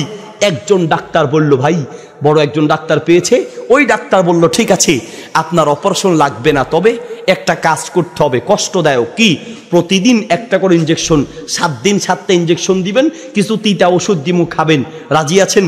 রোগী কি বলবে, স্যার জীবন বাঁচানোর জন্য, পেট কাটা থেকে বাঁচার জন্য, অপারেশন থেকে বাঁচার জন্য ইনজেকশন 7টা না, প্রয়োজনে 3 7 21টা দিমু, তাও স্যার ইনজেকশনের ব্যবস্থা করেন। ডাক্তার যখন ইনজেকশন দেয় ও খুব কষ্ট পায়, কিন্তু তারপরও এই কষ্ট তার কষ্ট মনে হয় না, কারণ মনের ভিতরে ইচ্ছা আছে এই সামান্য কষ্ট দিয়ে আবার জীবনটা বেঁচে যাবে। রোজার মাধ্যমে কষ্ট হয়, কিন্তু বান্দা যখন স্মরণ করবে রমজানের রোজা দিয়ে আমার গুনাহ থেকে বাঁচবো, জাহান্নাম থেকে বাঁচবো, তখন এই রোজার কষ্ট তার কাছে কষ্ট মনে হয় না, ঠিক কিনা? প্রিয় ভাইরা আমার, তাহলে রমজানের রোজা রেখে কষ্ট হয় এটা বললে রোজার কোনো সমস্যা নাই, কিন্তু আল্লাহর উপরে নারাজ হওয়া যাবে না। কেন আল্লাহ বিধানটা দিল? তোমাকে বাঁচানোর জন্য দিয়েছে। কেন দিয়েছে জানো? না খেয়ে থাকো, তখন বুঝবা যারা না খেয়ে থাকে তাদের কষ্টটা কি পরিমাণ হয়। যারা না খেয়ে মরছে, যারা অভাবে মরছে, যারা অভাবে না খেয়ে দিন কাটাচ্ছে, তখন বুঝবা এই যে না খেয়ে থাকাটা কত কষ্ট। একটু ট্রেনিং নাও, একটু কষ্ট করো, তখন বুঝে আসবে। এখন তো গরিব দেখলেই তোমার নাক ছিটকাও, তোমার কাছে অবহেলা মনে হয়, তুচ্ছ তাচ্ছিল্য করছো, অপমান করছো, ঠিক না? আমরা যারা একটু ধনী আছি, গরিব লোকদেরকে দেখলে তিরস্কার করছি, অপমান করছি, নাক ছিটকাচ্ছি, অথচ ধনীদের চেয়ে গরিবদের মূল্য আল্লাহর কাছে লক্ষ গুণ বেশি, ঠিক কিনা? তবে হ্যাঁ, সেই ধনীও জান্নাতি হতে পারবে যেই ধনী ধন থাকার পরে, অর্থ থাকার পরে 2 হাত খুলে দান করে, 2 হাত খুলে দান করে। আর দানের কথা শুনলে আমরা হলাম উল্টা, হুজুর কতক্ষণ কান্দি চোখের পানি নেন তাও ভালো আছে, মাগার হুজুর দান করার কথা বলেন না, পকেটে হাত দিতে বলেন না, কান্দি কতক্ষণ চোখের পানি নেন তাও ভালো আছে। আমরা বললাম এরকম। প্রিয় ভাই আমার, নবী সাল্লাল্লাহু আলাইহি ওয়াসাল্লাম বলছেন, আত-তারগিব ওয়াত-তারহিব কিতাবে হাদিসটি আছে, সহিহুল জামি কিতাবে আছে। আল্লাহর নবী বলছেন, ইত্তালাতু ফিল জান্নাহ, আমি জান্নাতে উকি মেরেছি, জান্নাতে উকি মেরে দেখেছি, রাআইতু আকসারা আহলিহা আল ফুকারা, আমি জান্নাতে উকি মেরে দেখেছি জান্নাতের অধিকাংশ লোক হচ্ছে দরিদ্র আর গরিব লোকেরা। আল্লাহু আকবার। অধিকাংশ দরিদ্র আর গরিব লোকেরাই জান্নাতি হবে কিয়ামতের মাঠে। একদল ইমানদার গরিবরা উঠবে। তার মানে গরিব মানে খালি গরিব হলে জান্নাতে যাবে তা নয়, ইমান আমলের পাশাপাশি যদি গরিব হয়। কিছু গরিব দরিদ্র আছে, আপনার স্টেশনে দেখবেন ইয়াবা খায়, গাঞ্জা খায়, আছে কি নাই? এগুলোর কথা না। ইমানদার আমলদার পাশাপাশি হত দরিদ্র গরিব অভাবী তাদের ফজিলত বলছি। নবী সাল্লাল্লাহু আলাইহি ওয়াসাল্লাম বলেন, কিয়ামতের মাঠে আপনার একদল লোক গরিব দরিদ্র লোকেরা উঠবে, উঠে ফেরেশতাদেরকে বলবে, আমাদের জান্নাত কই, জান্নাত দেখাও, জান্নাতে যাব। ফেরেশতারা বলবে, মিয়া আগে হিসাব দাও, কুমুলিল হিসাব, দেখছো না মানুষেরা হিসাব নেওয়ার জন্য দাঁড়িয়েছে, হিসাব দিয়ে আসো। তো গরিব ইমানদাররা বলবে, মিয়া আমাদেরকে চিনো, আমরা আল্লাহর বিশেষ মেহমান, কিসের হিসাব দিব? হ্যাঁ, সবাই হিসাব দিচ্ছে, আগে হিসাব দিয়ে আসো। ফেরেশতারা বলবে, আর এই গরিব দরিদ্র জান্নাতি লোকেরা বলবে, হিসাব কিসের মিয়া? মাল থাকলে না হিসাব, মাল না থাকলে আবার হিসাব কিসের? আমরা তো দুনিয়ার সেই হত দরিদ্র গরিব মানুষ ছিলাম যাদের কোনো অর্থ সম্পদ জমাই ছিল না, আমরা বিনা হিসাবে আল্লাহর জান্নাতের মেহমান হয়ে যাব। আল্লাহু আকবার। কাজে দরিদ্র গরিব দেখে অপমান করা যাবে না। গরিবরা যে কি পরিমাণ কষ্ট হবায়, সারাদিন না খেয়ে থাকেন, তখন এই গরিবদের অভাবটা বুঝতে পারবেন। সম্মানিত প্রিয় ভাই আমার, এই রমজান মাস সিয়ামের মাধ্যমে আপনাকে কিছু ট্রেনিং দেওয়া হচ্ছে। ট্রেনিং, আপনি দেখেন কোনো একটা কিছু খাবেন, খানাটা বৈধ, বৈধ খাবার, ভাত আছে, পানি আছে, কিন্তু আল্লাহর হুকুম নাই, এই জন্য খাচ্ছেন না। ইফতারের টাইম হয়েছে, আপনার সব সামনে, ইচ্ছা করলে বাথরুমে ঢুকে আপনি দরজা বন্ধ করে খেতে পারেন, পৃথিবীর কেউ দেখবে না, কিন্তু তারপরে আপনি খান না। বারবার আপনি ঘড়ির দিকে তাকাচ্ছেন, বারবার ঘড়ির দিকে তাকান, আজানের আওয়াজ শোনা যায় কিনা খবর নিচ্ছেন, খাচ্ছেন না কেন? যে আমি যদি এখন খাই তাহলে এটা আল্লাহর নিষিদ্ধ কাজ হবে। গোপনে খেতে পারি, কিন্তু সবাই না দেখলেও আল্লাহ তো দেখবে, এই কথাটা আপনার ভিতরে যেন সৃষ্টি হয়, লাআল্লাকুম তাত্তাকুন, এই ভয়টা যেন আপনার কলিজার ভিতরে থাকে। এই জন্য রমজানের রোজা দিয়ে আপনাকে ট্রেনিং দেওয়া হচ্ছে। আল্লাহু আকবার। আপনাকে ট্রেনিং দেওয়া হচ্ছে। সম্মানিত প্রিয় ভাই আমার, তাহলে আমরা যে ভুলটি করি সেটা হচ্ছে রমজান মাসে রোজা রেখে সিয়াম পালন করা অবস্থায় আমরা মনে করি রোজা কষ্ট, এটা বলা যাবে না। বলা যাবে, তবে আল্লাহর উপরে নারাজ হওয়া যাবে না। আরেকটি ভুল করি, রোজা রাখা অবস্থায় মিথ্যা, গীবত, শিকায়েত, অনেক পাপের কথা বলি। রোজা রাখা অবস্থায় সব ধরনের গুনাহ থেকে নিজেকে বাঁচিয়ে রাখতে হবে, এবং কি ঝগড়া করা থেকেও বেঁচে থাকতে হবে। কেউ আপনার সাথে ঝগড়া করতে এসেছে, আপনি বলবেন ইন্নী সাইম, আমি রোজাদার, আমি কোনো ঝগড়া করতে যাব না। রোজা রাখা অবস্থায় ঝগড়া করা পর্যন্ত নিষেধ। মিথ্যা, গীবত, শিকায়েত তো নিষেধই, এমনকি রোজা রাখা অবস্থায় ঝগড়া করা পর্যন্ত নিষেধ। আরেকটা ভুল করি, সেটা হলো ইফতারের টাইমে। ইফতারের টাইম হলে, আল্লাহু আকবার, ইফতারের সময় হয়ে গেলেই সহিহ বুখারীতে হাদিস এসেছে, আত-তারগিব ওয়াত-তারহিব কিতাব এসেছে, সুনানে তিরমিজিতে এসেছে, সুনানে আবু দাউদে এসেছে। নবী সাল্লাল্লাহু আলাইহি সাল্লাম বলেন, লা ইয়াজালুন নাসু বিখাইরিন মা আজ্জালুল ফিতরা। বান্দা ততদিন পর্যন্ত আল্লাহর কল্যাণের ভিতরে থাকবে যতদিন পর্যন্ত রোজার ইফতার করবে। সময় হয়ে যাওয়ার সাথে সাথে তাড়াতাড়ি ইফতার করার মধ্যেই আল্লাহর কল্যাণ নিয়োজিত আছে। আল্লাহু আকবার। ইফতারের টাইম হবে, সাথে সাথেই ইফতার করবেন। আমাদের মহিলারা বিশেষ করে ও সারাদিন খাই নাই, সারাদিন যেহেতু খাই নাই, আর 10 মিনিট পরে খেলে অসুবিধা কি, এটা মনে করে অধিকাংশ মহিলারা ইফতারের টাইম হয়ে যাওয়ারও 5-10 মিনিট পরে ইফতার করে। এটা ইসলামের শিক্ষা নয়। ইসলামের শিক্ষা টাইম হয়েছে সাথে সাথে খেতে হবে। মহিলারা ইফতার করতে দেরি করে। এটার একটা বড় কারণ হলেন আপনারা পুরুষরা কি করেন, সারাদিন তো খান নাই, সারাদিন যেহেতু খান নাই, এই সবগুলোর সুদে আসলে একসাথে আদায় করতে হবে।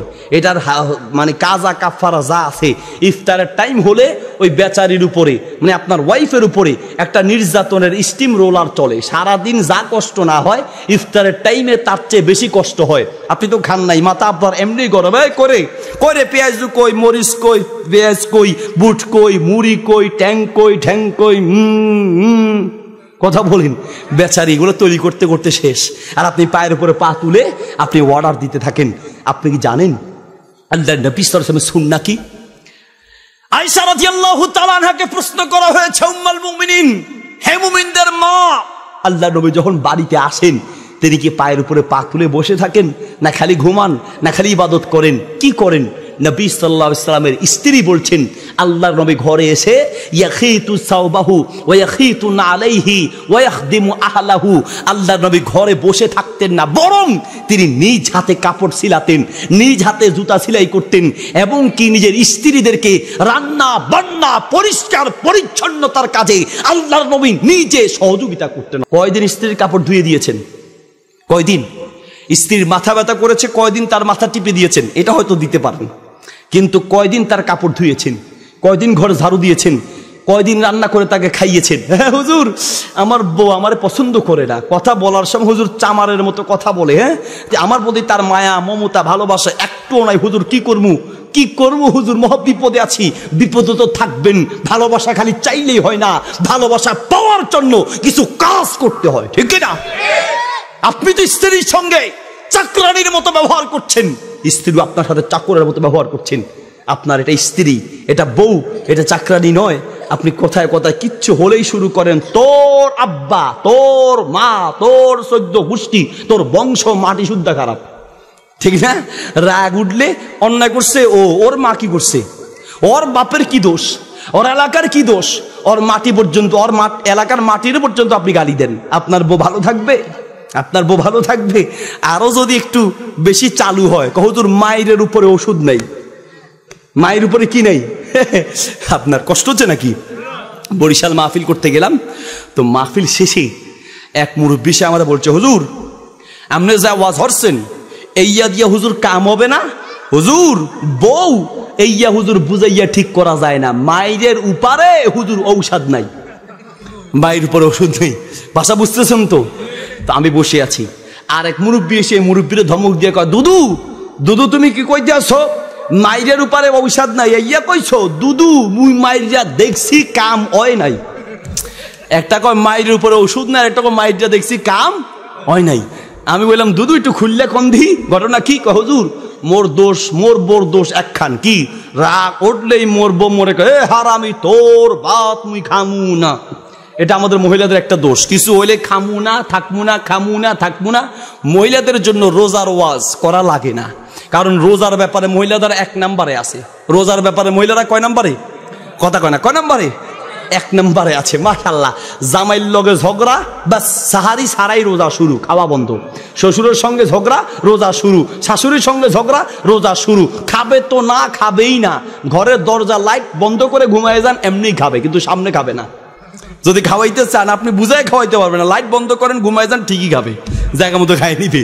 সম্মানিত ভাইয়ের আমার, বলতে চাচ্ছিলাম আল্লাহু আকবার, আপনার 1 নাম্বার খাবো না, আর হলো কি থাকবো না, তোমার ঘরে থাকবই না।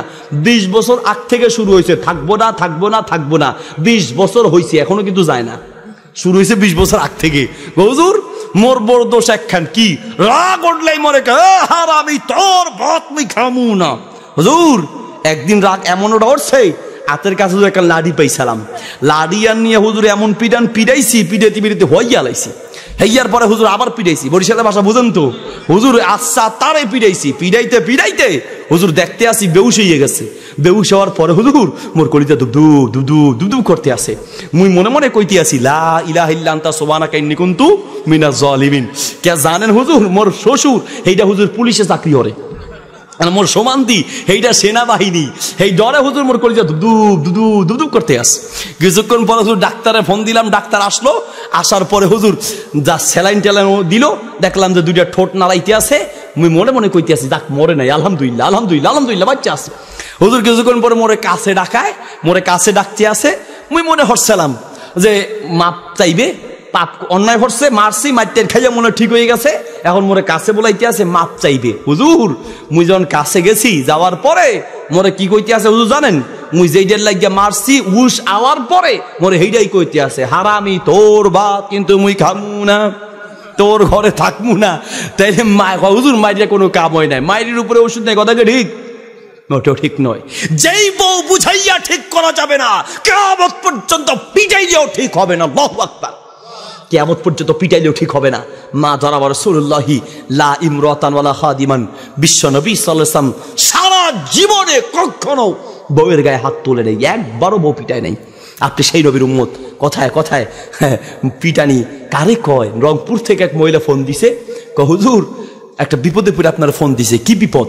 হুজুর আমি আমার জামাই রে আব্বা ডাকছি, আব্বা। স্বামীকে আব্বা ডাকছি। এই স্বামীর আব্বা কেন ডাকছেন? হুজুর বিপদে পড়ে রাখছি। কি বিপদ? আমার স্বামী আমার পিটায়, রাগ উঠছে, পিটানোর সময় আমার এক হাত ধরছে আর এক হাত দিয়ে সমানে পিটাইতে আছে। পিটানোর সময় কয় আব্বা আব্বা আব্বা ক। শেষ পর্যন্ত আমি পিটারি খাইয়া আব্বা বলতে বাধ্য হয়েছি। এই হলো আমাদের স্বামীদের অবস্থা। রাগ উঠলে কাপড় পরনে আসে না গেছে তারও খবর থাকে না। বউ ঠিক হবে কি দিয়ে? স্ত্রীকে বুঝাইয়া আদর করে মায়া করে তাকে বুঝাইয়া ঠিক করতে হবে। প্রিয় বোন, মহিলারা কেউ শুনতেছে? মহিলার জন্য একটু বলি নাকি, যাওয়ার সময় আবার আমার গাড়ি আটকাইলে কিন্তু গাড়ি ছুটাই দিতে হবে। প্রিয় বোন আমার, আপনি স্বামীর সঙ্গে যখন কথা বলেন মনে রাখতে হবে এটা একটা স্বামী। আল্লাহর নবী সাল্লাল্লাহু আলাইহি ওয়াসাল্লাম একজন স্বামীর ব্যাপারে যেই গুরুত্বপূর্ণ কথা বলেছেন, পৃথিবীর কারো জন্য সেই কথা বলেন নেই।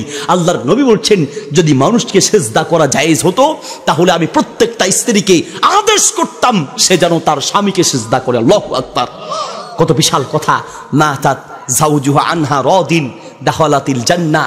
যেই মহিলা মারা যাবে এমন অবস্থায় তার স্বামী তার উপরে খুশি, স্বামীকে খুশি রেখে মারা গেলেই জান্নাতের মেহমান হয়ে যাবে। মাতাত আলাইহা গাজিবুন। যদি কোনো একজন স্বামী এই অবস্থা মারা যায়, তার উপরে তার স্বামী তার উপরে রাগান্বিত, মরার সঙ্গে সঙ্গে জাহান্নামে চলে যাবে। এই জন্য স্বামীকে সন্তুষ্ট রেখে দুনিয়া থেকে বিদায় হতে চেষ্টা করবেন। রাতে ঘুমানোর সময় কিচ্ছু হলেই আপনি কথা বন্ধ করে ঘুমাচ্ছেন, হ্যাঁ, কিচ্ছু হলেই কথা বন্ধ। এক স্বামীর সঙ্গে রাগ করে কথা বন্ধ। স্বামী কত ডাক্তার কবিরাজ কত কিছু দেখায় না, বউ সবার সঙ্গে কথা বলবে, স্বামীর সাথে কথা বলবেই না। বাপের বেটি তো কথা বলবেই না, বলবে না। তো রাতে হঠাৎ করে উঠে স্বামীর হাত ধরে ঘুম থেকে জায়গায় কয় উঠো উঠো তাড়াতাড়ি উঠো। স্বামী তো খুশি, আরে এত চেষ্টা করলাম আমার বউ রাগ ভাঙাইতে পারলাম না, ডাক্তার কবিরাজ কত কিছু দেখাইলাম, আল্লাহর রহমত কোন দরজা দিয়ে ঢুকছে, কেমনে এত ভালো হয়ে গেল, কোন দরজা দিয়ে আল্লাহর রহমত ঢুকছে। বউ উঠে কয় আল্লাহর রহমত কোন দরজা দিয়ে ঢুকছে এটা পরে চিন্তা করবা, পিছনের দরজা দিয়ে চোর ঢুকছে, চোর সামলাও। এখন স্বামী চিনবা না। যেই দিন স্বামী হারাবে সেই দিন বুঝবে তোমার স্বামী তোমার কত অমূল্য রতন ছিল, ঠিক কিনা? এখন কারো কারো মেসেজ পাইয়াই তুমি পাগল হয়ে যাচ্ছ, হ্যাঁ, কারো কারো মেসেজ পেয়ে এটা ছেড়ে আরেকটা, ওটা ছেড়ে আরেকটা খুঁজতেছো। তোমার প্রকৃত যে স্বামী, স্বামী কাকে বলে তোমাকে বুঝার জন্য বলছি প্রিয় বোন, তোমাকে বুঝার জন্য বলছি। ঢাকা গুলিস্তান ফ্লাইওভারের নিচে যারা গিয়েছেন দেখেছেন, ঢাকা গুলিস্তান ফ্লাইওভারের নিচে কিছু আপনার পুরান জুতা বিক্রি করে, পুরাতন জুতা, পুরান জুতা বিক্রি করে, দেখছেন তো আপনারা না? পুরান জুতা বিক্রি করে। এই জুতা দেখে ড্রাইভারকে বললাম যে আপনি একটু ইয়াকে ডাকেন, আপনার এক জুতা দোকানদারকে ডাকেন। জুতা দোকানদারকে ডাকলো, ডাকার পরে জিজ্ঞেস করলাম ভাই রে এই যে সব জুতা পুরান পুরান দেখি এগুলো কি চোরা জুতা নাকি? মার্কেটটা কি চোরা মার্কেট? হ্যাঁ, আমরা তো মসজিদে গিয়ে এই জন্যই বিপদে পড়ি। আমরা মসজিদে গিয়া বলি সুবহান রাব্বিয়াল আলা, আর জুতা চোরা কয় জুতা কোন জোড়া ভালা। হ্যাঁ, সব জোড়া তো এখানে দেখতে আসি। ঘটনা কি? এটা কি চোরা মার্কেট? হুজুর চোরা মার্কেট, চোরাও থাকতে পারে জুতা, কিন্তু বেশিরভাগ জুতা চোরা না। কেউ হয়তো কম দামে বিক্রি করছে, আমরা নিয়ে আসছি। কেউ হয়তো নতুন কিনেছে, তার পায়ে হয় না, অথবা বড় ছোট হয়েছে বিক্রি করে দিয়েছে, অথবা কিছুদিন পরে জুতাটা বিক্রি করে দিয়েছে, আমরা কম দামে নিয়ে আসি। তো আমি বললাম, তো সব পুরুষের জুতা, মসজিদে তো পুরুষই বেশি যায়, মহিলার জুতা নাই, ঘটনা কি? হুজুর মহিলারও পুরান জুতা আমরা পাই, কিন্তু মহিলাদের জন্য পুরান জুতা কিনে আমরা এখানে আনি না, কারণ মহিলার পুরান জুতা কেনার জন্য কেউ মার্কেটে আসে না। আমি সেই দিন চিন্তা করলাম, কথা আসলেই ঠিক। একজন স্বামী যত খারাপ হবে হোক, একজন স্বামী যত দুর্বল হবে হোক, একজন স্বামী যত খারাপ হবে হোক, নিজের জন্য পুরান জুতা কিনবে, নিজের জন্য পুরান কাপড় কিনবে, কম দামি জুতার কাপড়টা নিজের জন্য কিনবে। অনেক ঈদে নিজের একটা নতুন জামা কিনবে, সেই সুযোগ হয় না। একটা জামা যে ধুয়ে সিলাই ইস্তারি করে রাখবে, সেটা পর্যন্ত মনে থাকে না। নিজের জন্য কম দামিটা কিনে, নিজের জন্য পুরানটা কিনে, কিন্তু কখনো স্ত্রীর জন্য পুরান জুতা কিনে না, ঠিক কিনা? পুরান জামাটা কিনে আপনি সেই আদরের স্ত্রী, কথায় কথায় তার সঙ্গে বৃদ্ধাঙ্গুল দেখে কথা বলছেন, জাহান্নাম ছাড়া উপায় নেই। প্রিয় বন্ধুগণ, বলতে চাচ্ছিলাম, আপনি যদি স্ত্রীর মায়া মমতা ভালোবাসা পেতে চান, স্ত্রীকে তার কাজে সহযোগিতা করবেন। রান্না বান্নায় সে ভুল করলেও তার উপরে আপনি চড়াও হবেন না, বরং তার প্রশংসা করবেন। মনে রাখবেন, 3টা জায়গায় মিথ্যা বলা যায়। কয়টা? এত ঘুমাই গেছেন, আমি ওয়াজ করে ঘামে বুক ভাসাইতে আসি, আর আপনার একটু পরেই ঘুমাইয়া মুখের লালা দিয়া বুক ভাসাবেন। এই জন্য কথা বলতে হবে। 3টা জায়গা মিথ্যা বলা যায়। কয়টা? আরো জোরে। 3টা জায়গা মিথ্যা বলা যায়। বলো হুজুর, এই না সুযোগ পাইছি। একজন আমার হুজুর, দুনিয়াতে মিশা কথা আছে বলি কয়টা ভাত খাইতে পারতে আসি, মিথ্যা কথা যদি না থাকতো তাহলে ভাতই খাইতে পারতাম না। নাউজুবিল্লাহ বলেন। তার মানে ওর ব্যবসায়ী চলে মিথ্যা। আপনার এক দোকানে পাঞ্জাবের কাপড় কিনতে গেলাম, তো আমার হুজুর সবার লোকে আমনের মিলবে না, সবাই থেকে হুজুর 200-250 টাকা নেই, আমনে কিনা দাম যা কিনছি একবার তাই দিবেন। কত? 160 টাকা। 160 টাকা যেমনি বলছে, বাপরে বাপ। আমিও সোজা মানুষ, বিশ্বাস করছি। 160 টাকা করে কাপড়ের গজের দাম দিয়ে নিয়ে আসলাম। ওই দোকানেরই এক ছেলে তাড়াতাড়ি বের হয়, হুজুর কসম করে কইতেছি এই দোকানে আর আজকের পরে চাকরি করবো না। কেন? হুজুর সবাইরে ঠগায় আপনারও ঠগাইছে। আরে আমারে কেমনে ঠগাইছে? হুজুর দেখছেন, আপনার কসম করে বলছে 160 টাকা করে কিনছে, অথচ আমি সব একসাথে যাইয়া এই কাপড়টা 120 টাকা দিয়ে কিনছি। 120 টাকা করে কিনছি, আর উনি 160 টাকা। তো কিছু মানুষের পুঁজি হলো মিথ্যা কথা, আছে কিনা প্রিয় ভাইয়ের আমার? তো বলতে চাচ্ছিলাম, আল্লাহু আকবার। প্রিয় ভাই, কি দিয়ে আপনাকে বুঝাই? সুবহানাল্লাহি ওয়া বিহামদিহি। প্রিয় ভাইয়ের আমার, বলতে চাচ্ছিলাম 3টা জায়গা মিথ্যা বলা যায়। এদিকে 3টি জায়গা মিথ্যা বলা যায়। নাম্বার 1, যুদ্ধের ময়দানে বাংলাদেশের সঙ্গে নাউজুবিল্লাহ যদি অন্য কোনো দেশে, আল্লাহ হেফাজত করুন, কোনো দেশ যদি এদেশের সাথে যুদ্ধ করতে চায়, তখন এদেশের যারা সেনাবাহিনী, যারা আমাদের প্রশাসনিক বাহিনী আছে, তারা প্রয়োজনের স্বার্থে মিথ্যার আশ্রয় নেওয়া যায় যাচ্ছে। তার মানে যদি ভারত অথবা পাকিস্তান অথবা অন্য কোনো রাষ্ট্র বাংলাদেশের উপর হামলা করতে চায়, তাহলে তাদেরকে একটু ভয় দেখানোর জন্য মিথ্যা বলবে, ওই বাঙালি সিনোসনি যাইয়া দেখিস, দা দিয়া কোপাইয়া 2 টুকরা করে দিব, না একটু ভয় লাগাবে। সৈন্য কি পরিমাণ আছে, যা আছে তার চেয়ে কয়েক গুণ বাড়ায় বলবে। অস্ত্র কি পরিমাণ, যা আছে তার চেয়ে বেশি বলবে, যেন ওদের কলিজা দুর্বল হয়ে যায়, শত্রুর মনোবল ভেঙে গেলে এমনি হেরে যাবে। যুদ্ধের ময়দানে মিথ্যা বলা যায়। নাম্বার 2 নম্বর স্থান হলো, 2 মুসলমান ঝগড়া লেগেছে, তাদেরকে মিলায় দেওয়ার জন্য প্রয়োজনে মিথ্যা বলা যায় যাচ্ছে। তার মানে ভাইয়ে ভাইয়ে ঝগড়া, মা ছেলের ঝগড়া, বউ শাশুড়ির ঝগড়া, জালে জালে ঝগড়া, বাপে ছেলে ঝগড়া, 2 জনকে গিয়ে 2 ভাবে বুঝাবেন, কাকা আপনি আপনার ছেলের উপরে খামাকা রাগ করেন, সে তো আপনার নামে আমার কাছে কত প্রশংসা করছে, আহা চোখের পানি ছেড়ে দিছে। আসলে হুদা, আসলে কি কিছুই বলে নেই, কিন্তু আপনি বলার অর্থ বাপকে একটু নরম করা। ছেলেকে গিয়ে আবার বলবেন, তোমার আব্বা তোমার কথা যে আহারে চোখের পানিতে বুক ভাসাই দিচ্ছে, তুমি কেন তোমার আব্বার লগে কথা বলো না? এটা বললে ছেলের মনটা নরম হবে, তার সাথে কথা বলতে যাবে। 2 মুসলমানকে মিলায় দেওয়ার জন্য প্রয়োজনে মিথ্যা বলা যায়। নাম্বার 3 নম্বর জায়গা হলো, স্ত্রীর প্রশংসা করতে গিয়ে প্রয়োজনে মিথ্যা বলাও যায় যাচ্ছে। তার মানে আপনার স্ত্রী এইরকম পাতিলের তলার মতো কালো, কিন্তু বলার সময় যদি কালি বলেন তো শেষ, এই সম্পর্ক আর টিকবে না। বলার সময় আমি একটু পাম দিয়ে বলবেন, তোমার মতো বউ যার ঘরে আছে ওই ঘরে লাইটের কোনো দরকার নাই, তোমার চেহারার আলোতে আমার ঘর ফক ফক ফক ফক ফক ফক করে। ঠিক মতো যদি প্রশংসা করতে পারেন, আগে যদি শরবত 1 গ্লাস দিত, পরের দিন 2 গ্লাস দিবে। আগের দিন যদি মাছ 1 টুকরা দিত, পরের দিন 2 টুকরা দিবে। স্ত্রীর প্রশংসা করবেন, কিন্তু খবরদার কখনো নিজের স্ত্রীর সামনে অন্য কোনো মহিলার প্রশংসা জীবনেও করবেন না। একদিন যদি করছেন 10 বছর পরে হলে এটার খোটা দিবে। মনে করেন আপনি দুপুরে ভাত খেয়েছেন বন্ধুর বাসায়, রাতে খেতে বসেছেন নিজের বাসায়। এখন বন্ধুর বাসায় দাওয়াত খেয়ে রাতে এসে স্ত্রীকে যদি বলেন তুমি কি রান্না করছো, দুপুরে বন্ধুর বাসায় দাওয়াত খাইছি, বন্ধুর বউর হাতের রান্না কারে কয়, আহা, খালি এতটুকু বললেই দেখবেন সামনে থেকে প্লেটটা নিয়ে বলবে এই ঘরে তোমার খানা নাই, যাও বন্ধুর বউর বাড়িতে যাও। মহিলারা কখনো আরেক মহিলার প্রশংসা সহ্য করতে পারে না। প্রিয় ভাইরা আমার, বলতে যাচ্ছি, স্ত্রীকে প্রশংসা করবেন, তার প্রশংসা করবেন, মায়া করবেন, স্নেহ করবেন, গালি দিবেন না, তার মা বাপ তুলে কখনো কথা বলবেন না, বরং তার প্রশংসা করবেন। তার মা বাপকে নিজের মা বাবার মতো সম্মান করেন, আপনার স্ত্রী আপনার মা বাপকে নিজের মা বাবার মতো সম্মান করবে, ঠিক কিনা? স্ত্রীর কাজে সহযোগিতা করবেন। তাহলে ইফতারের টাইম স্ত্রী দেরি করে কেন? তার উপরে আপনি জুলুম নির্যাতন করছেন। নিজে সব কিছু তৈরি করে ইফতার শুরু হওয়ার 5-10 মিনিট আগে বসে আল্লাহর কাছে নিজে নিজে দোয়া করবেন, আল্লাহর কাছে বিভিন্ন দোয়া করবেন।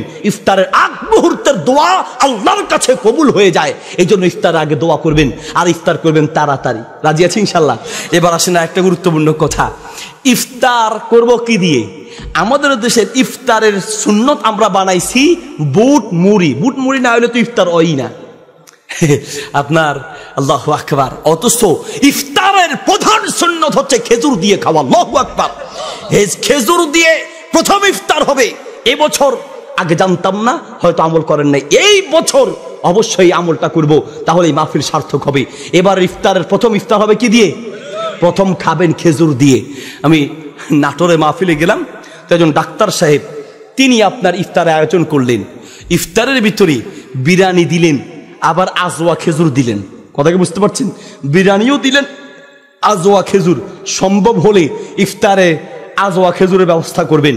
যারা ইফতার মানুষকে দিবেন, সম্ভব হলে তৌফিক থাকলে আজওয়া খেজুর দিবেন, কারণ খেজুরের জগতের ভিতরে সবচেয়ে শ্রেষ্ঠ উত্তম খেজুর হচ্ছে আজওয়া খেজুর। আল্লাহু আকবার।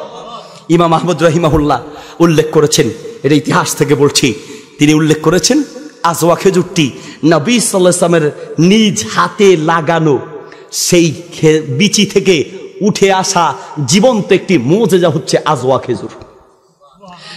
নবী সাল্লাল্লাহু আলাইহি ওয়াসাল্লাম একজন সাহাবী সালমান ফারসি রাদিয়াল্লাহু তাআলা আনহু এক ইহুদির গোলাম ছিলেন।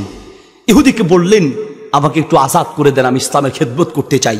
ওই ইহুদি তাকে আসলে আজাদ করবে না। তারপরে বললো যে 2টি শর্তে তোমাকে আজাদ করব। 1 নম্বর শর্ত 600 দিনার দিবে, এটা না হয় একটা কষ্ট করে ব্যবস্থা করলো।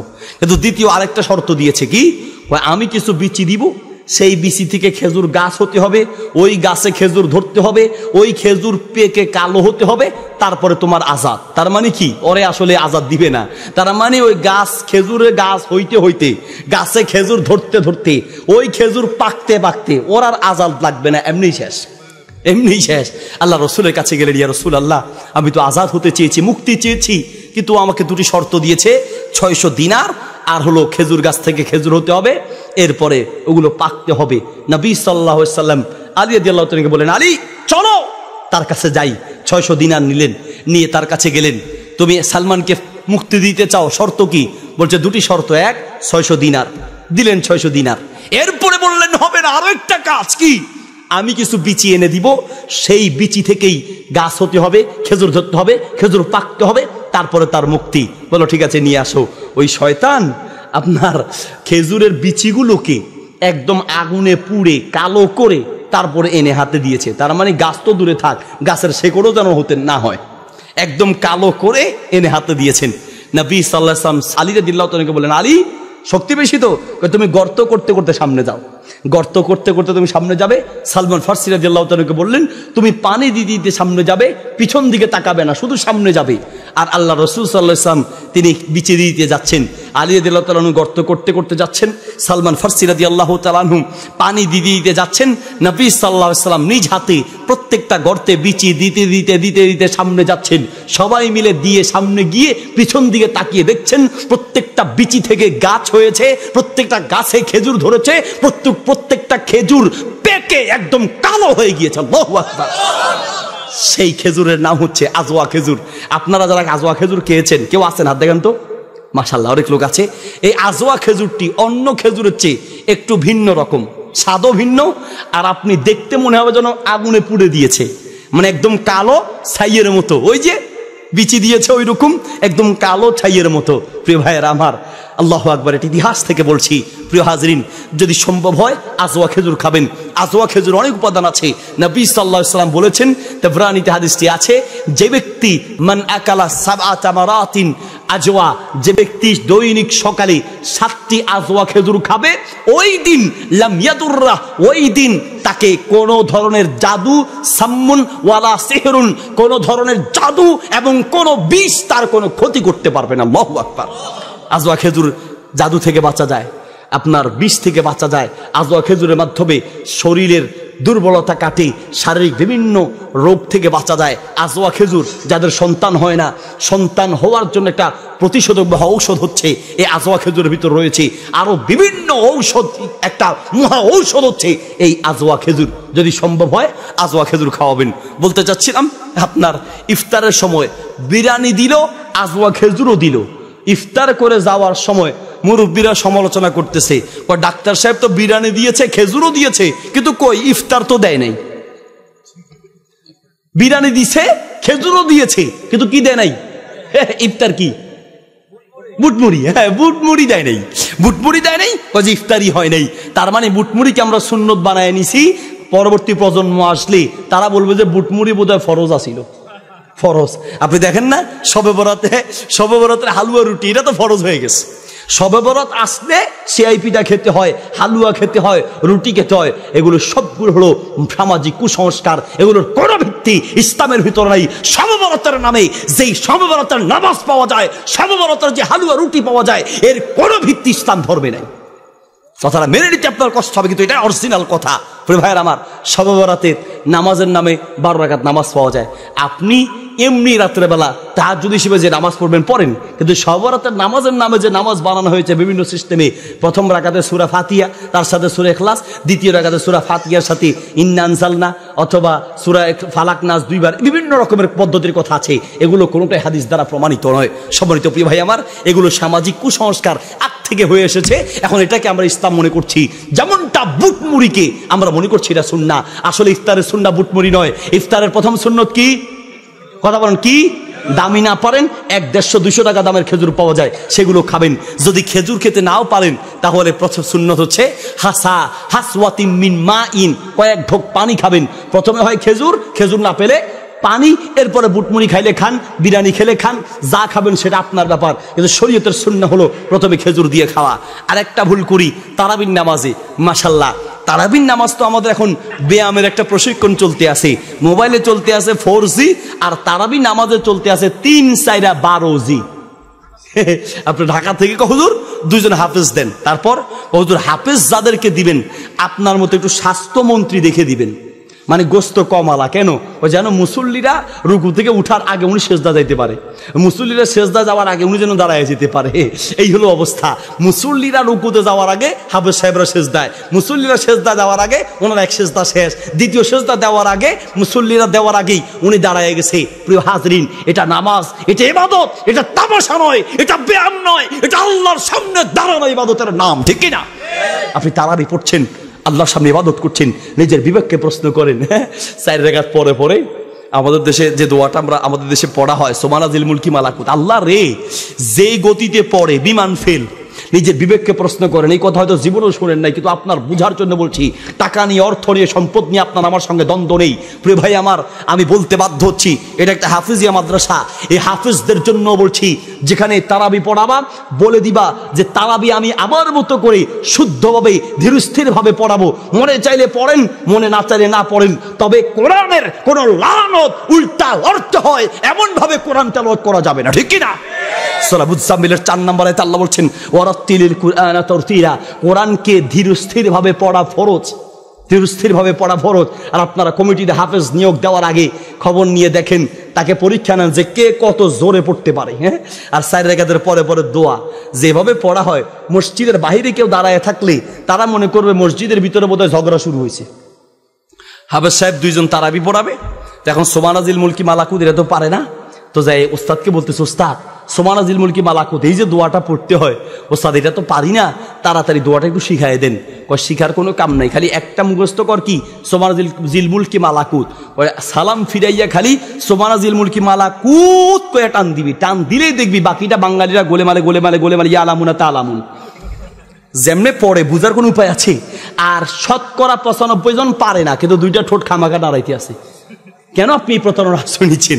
জিগায় দেখেন, বিশ্বাস না হলে আপনি আপনার দোস্তকে, দোস্ত তুই যে গত বছর দেখলাম রমজানে যে জোরে জোরে চালাইছো, আল্লাহ দিলে এমন জোরে চালাইছো বিমান ফেল, এই যে চালাইছো একটু শোনাও তো দেখি। বলবে না খালি এটাই পারি, সোমানাজিল মুলকি মালাকুত এতটুকু পারে, আর বাকিটা নাই। প্রিয় ভাইয়েরা আমার, আপনি যেই দোয়া পারেন এটাই পড়তে হবে, এমন কোনো হাদিস নেই। আপনি 4 রাকাতের পরে যেই দোয়া আপনি পারেন, যেটা পারেন সেটা পড়েন। প্রতারণা আশ্রয় নেওয়ার কি দরকার? আপনি যেটা পারবেন, একটু সময় দিয়েছে, আপনি যে কোনো দোয়া করেন, অসুবিধা নেই। সম্মানিত প্রিয় ভাইয়েরা আমার, তাহলে তারাবির নামাজে ধীরস্থির ভাবে পড়বো, রাজি আছি ইনশাল্লাহ? ধীরস্থির ভাবে পড়বো। যদি আপনার ধৈর্য কুলায় আপনি খতম তারাবি পড়েন, ধৈর্য না কুলায় খতমের দরকার নেই। যতটুকু পারবেন ততটুকু পড়বেন, কিন্তু পড়াটা যেন ধীর স্থির ভাবে হয়। কোরআন লানত করে এইভাবে কোরআনকে উল্টা পাল্টা পড়া যাবে না। আরবি ভাষা এমন একটা ভাষা, একটু টানের কারণে অর্থ পাল্টে যায়। যেখানে টান আছে সেখানে না টানলে অর্থ পাল্টে যায়। যেমন লা ইলাহা মানি কোনো মাবুদ নাই, আর লা ইলাহা মানি অবশ্যই মাবুদ আছে। লা টানলে অর্থ হয় নাই, আর লা না টানলে হয় আছে। কুল কব দিয়ে অর্থ হয় তুমি বলো হুয়াল্লাহু আহাদ, তিনি আল্লাহ এক। আর কাপ দিয়ে কুল হুয়াল্লাহু আহাদ অর্থ হয় তুমি এক আল্লাহকে খেয়ে ফেলো। নাউজুবিল্লাহ। শুধু মাখরাজ আর অর্থের পরিবর্তনের, টানের পরিবর্তনের কারণে অর্থ পাল্টে যায়। তাহলে আমরা তেলাওয়াত সুন্দরভাবে করবো, রাজি আছি ইনশাল্লাহ? দোয়াগুলো আমরা ধীরস্থিরভাবে, ভাই নিজের বিবেককে প্রশ্ন করেন তো, আপনি 4 রাকাতের পরে দোয়া করছেন, দোয়া মানে আল্লাহর কাছে কিছু চাইছেন। আমি সভাপতি সাহেবের কাছে কিছু চাইবো, আমি যদি তাড়াহুড়া করে চাই, বা কোনো এমপি মন্ত্রী প্রধানমন্ত্রীর কাছে কিছু চাইবে, আপনাদের এলাকা যে আসতেছি রাস্তা, মাশাআল্লাহ এই রাস্তায় হাঁটু ভাঙ্গা দ কান্দে ভাঙ্গা ধ হয়ে আছে। এখন আপনাদের রাস্তা লাগবে, চেয়ারম্যান অথবা মন্ত্রী এমপি অথবা প্রধানমন্ত্রীকে বলবেন, যদি তাড়াহুড়ো করে বলেন আমাদের পরে আঙ্কুল একটা উনি বুঝছে, হ্যাঁ আমাদের রাস্তা দরকার, রাস্তা ছাড়া চলতে পারতেছি না, আমাদের গাড়ি আসতে পারে না, বক্তারা আসতে চায় না, এই হলো সমস্যা, আমাদের দিবে উনি? কিছুই দিবে না, বরং আর রাগ করবে। বেড়া আগে ভাষা শিখে আসো। একজনের সাধারণ মানুষের কাছে চাইবেন, ভদ্রতার সাথে নম্র ভাষায় সুন্দরভাবে চাইতে হয়। আপনি দোয়া করছেন আল্লাহর কাছে, দুনিয়ার মানুষের কাছে যত ভদ্রতার সাথে, যত সুন্দরভাবে নম্রভাবে চান, তার চেয়ে কয়েক গুণ বেশি নম্র আর ভদ্রভাবে আল্লাহর কাছে চাইতে হবে, ঠিক কিনা? আল্লাহর কাছে চাইতে হবে। রমজানের আমরা যে ভুল করছি, নামাজে বেশি তাড়াহুড়া করছি, তেলাওয়াতে তাড়াহুড়া করছি, দোয়ায় তাড়াহুড়া করছি। আসুন এই ভুলগুলো থেকে বেঁচে থাকার আল্লাহ তৌফিক দান করুন। পুরো রমাদান মাসের প্রস্তুতির জন্য যে কথাগুলো বলেছি, নাম্বার 1 ইমানটাকে এদিকে ইমান মজবুত করব। নাম্বার আমার দিকে তাকান, 1 নাম্বার ইমানটাকে মজবুত করব। ইমান ভেঙে যায় এমন সকল কাজ থেকে বেঁচে থাকবো, নিজের ইমানটাকে হেফাজত করব। নাম্বার 2 নাম্বার হলো রমাদান আসার আগেই আমরা ডায়েরিয়া রুটিন তৈরি করব, কি কি আমল আমরা করতে পারি এখন থেকে নিয়ত করব। আমল করার সুযোগ না পেলেও আল্লাহ সওয়াব দিয়ে দিবে। এর আগে মৃত্যু হয়ে গেল, পরিপূর্ণ সওয়াব আপনি ইনশাআল্লাহ পেয়ে যাবেন। নাম্বার 3 নাম্বার ঘরে ইবাদতের পরিবেশ তৈরি করব। নাম্বার 4 নাম্বার প্রস্তুতি, 3 নাম্বার প্রস্তুতি, ঘরে ইবাদতের পরিবেশ তৈরি করব। ঘরের ভিতরে এমন একটা জায়গা ঠিক করব, যেই জায়গায় একটু নিরিবিলি আল্লাহর কাছে কাঁদতে পারি, চোখের পানি ফেলতে পারি, তেলাওয়াত করতে পারি, নামাজ পড়তে পারি। নাম্বার 4 নাম্বার প্রস্তুতি, গুনাহের পরিবেশ থেকে ঘরকে মুক্ত করব, ঘরের ভিতরে কোনো ধরনের গুনাহের পরিবেশ রাখবো না। নাম্বার 5 নাম্বার প্রস্তুতি, নিজের ভিতরে যত গুনাহের অভ্যাস আছে, পাপের অভ্যাস আছে, সেগুলোকে পরিত্যাগ করব। নাম্বার 6 নাম্বার প্রস্তুতি, এখন থেকেই রোজার মাসালা মাসাইলগুলো জানার চেষ্টা করব। নাম্বার 7 নাম্বার প্রস্তুতি, রমাদান মাস কোরআন নাজিলের মাস, এখনই কোরআন তেলাওয়াত শিখবো, যেন রমজানের কোরআন নাজিলের মাসে বেশি করে কোরআন তেলাওয়াত করতে পারি, রাজি আছি ইনশাআল্লাহ? নাম্বার 8 নাম্বার প্রস্তুতি, এখন থেকেই একটা বক্স তৈরি করব, যেই বক্সের ভিতরে কিছু কিছু টাকা জমাবো। এই টাকাগুলো আমরা রমজান মাসে দান করব। রমজান মাসে দান নবী সাল্লাল্লাহু আলাইহি ওয়াসাল্লাম বেশি করতেন, রমজানে দান করলে সওয়াব বেশি। এই জন্য এখন থেকেই একটা ব্যাংক নিব। আমাদের আগে মায়েরা আপনার মুষ্টি চাল রাখতো, মুষ্টি চাল, ঠিক না? আমরা ছোটবেলায় দেখেছি ওই বাঁশ কেটে বাঁশের ভিতরে টাকা জমাতো। একটা ব্যাংক নিবেন, একটা বক্স রাখবেন, যেটা হবে সাদকার বক্স, দানের বক্স। ওখানে একটু একটু করে রাখবেন, রমজান মাসে দান করবেন। রাজি আছি ইনশাল্লাহ দানের জন্য? প্রিয় ভাইরা আমার, বেশি আজকে কথা বললাম না, 8টি পয়েন্ট বললাম, এই 8টি প্রস্তুতি গ্রহণ করি। আল্লাহ আমাদেরকে তৌফিক দান করুন। এবছর রমজান পেয়েছি, এটা আল্লাহর বিশাল একটা নিয়ামত। রমজান যদি পাই, এর চেয়ে বড় নিয়ামত আর কি হতে পারে ভাই? গত বছর একসাথে রমজান পেয়েছি বহু মানুষ, এই বছর তারা নাই। এই বছর আমরা যদি পাই, আগামী বছর পাবো, তার কোনো গ্যারান্টি নেই। এখন থেকে প্রস্তুতি নিতে হবে। আল্লাহ আমাদের সবাইকে তৌফিক দান করুন। নিয়মিত ইউটিউব ভিডিও দেখতে সাবস্ক্রাইব করুন। নতুন নতুন ভিডিও পেতে ঘন্টা বাটনটি চাপুন।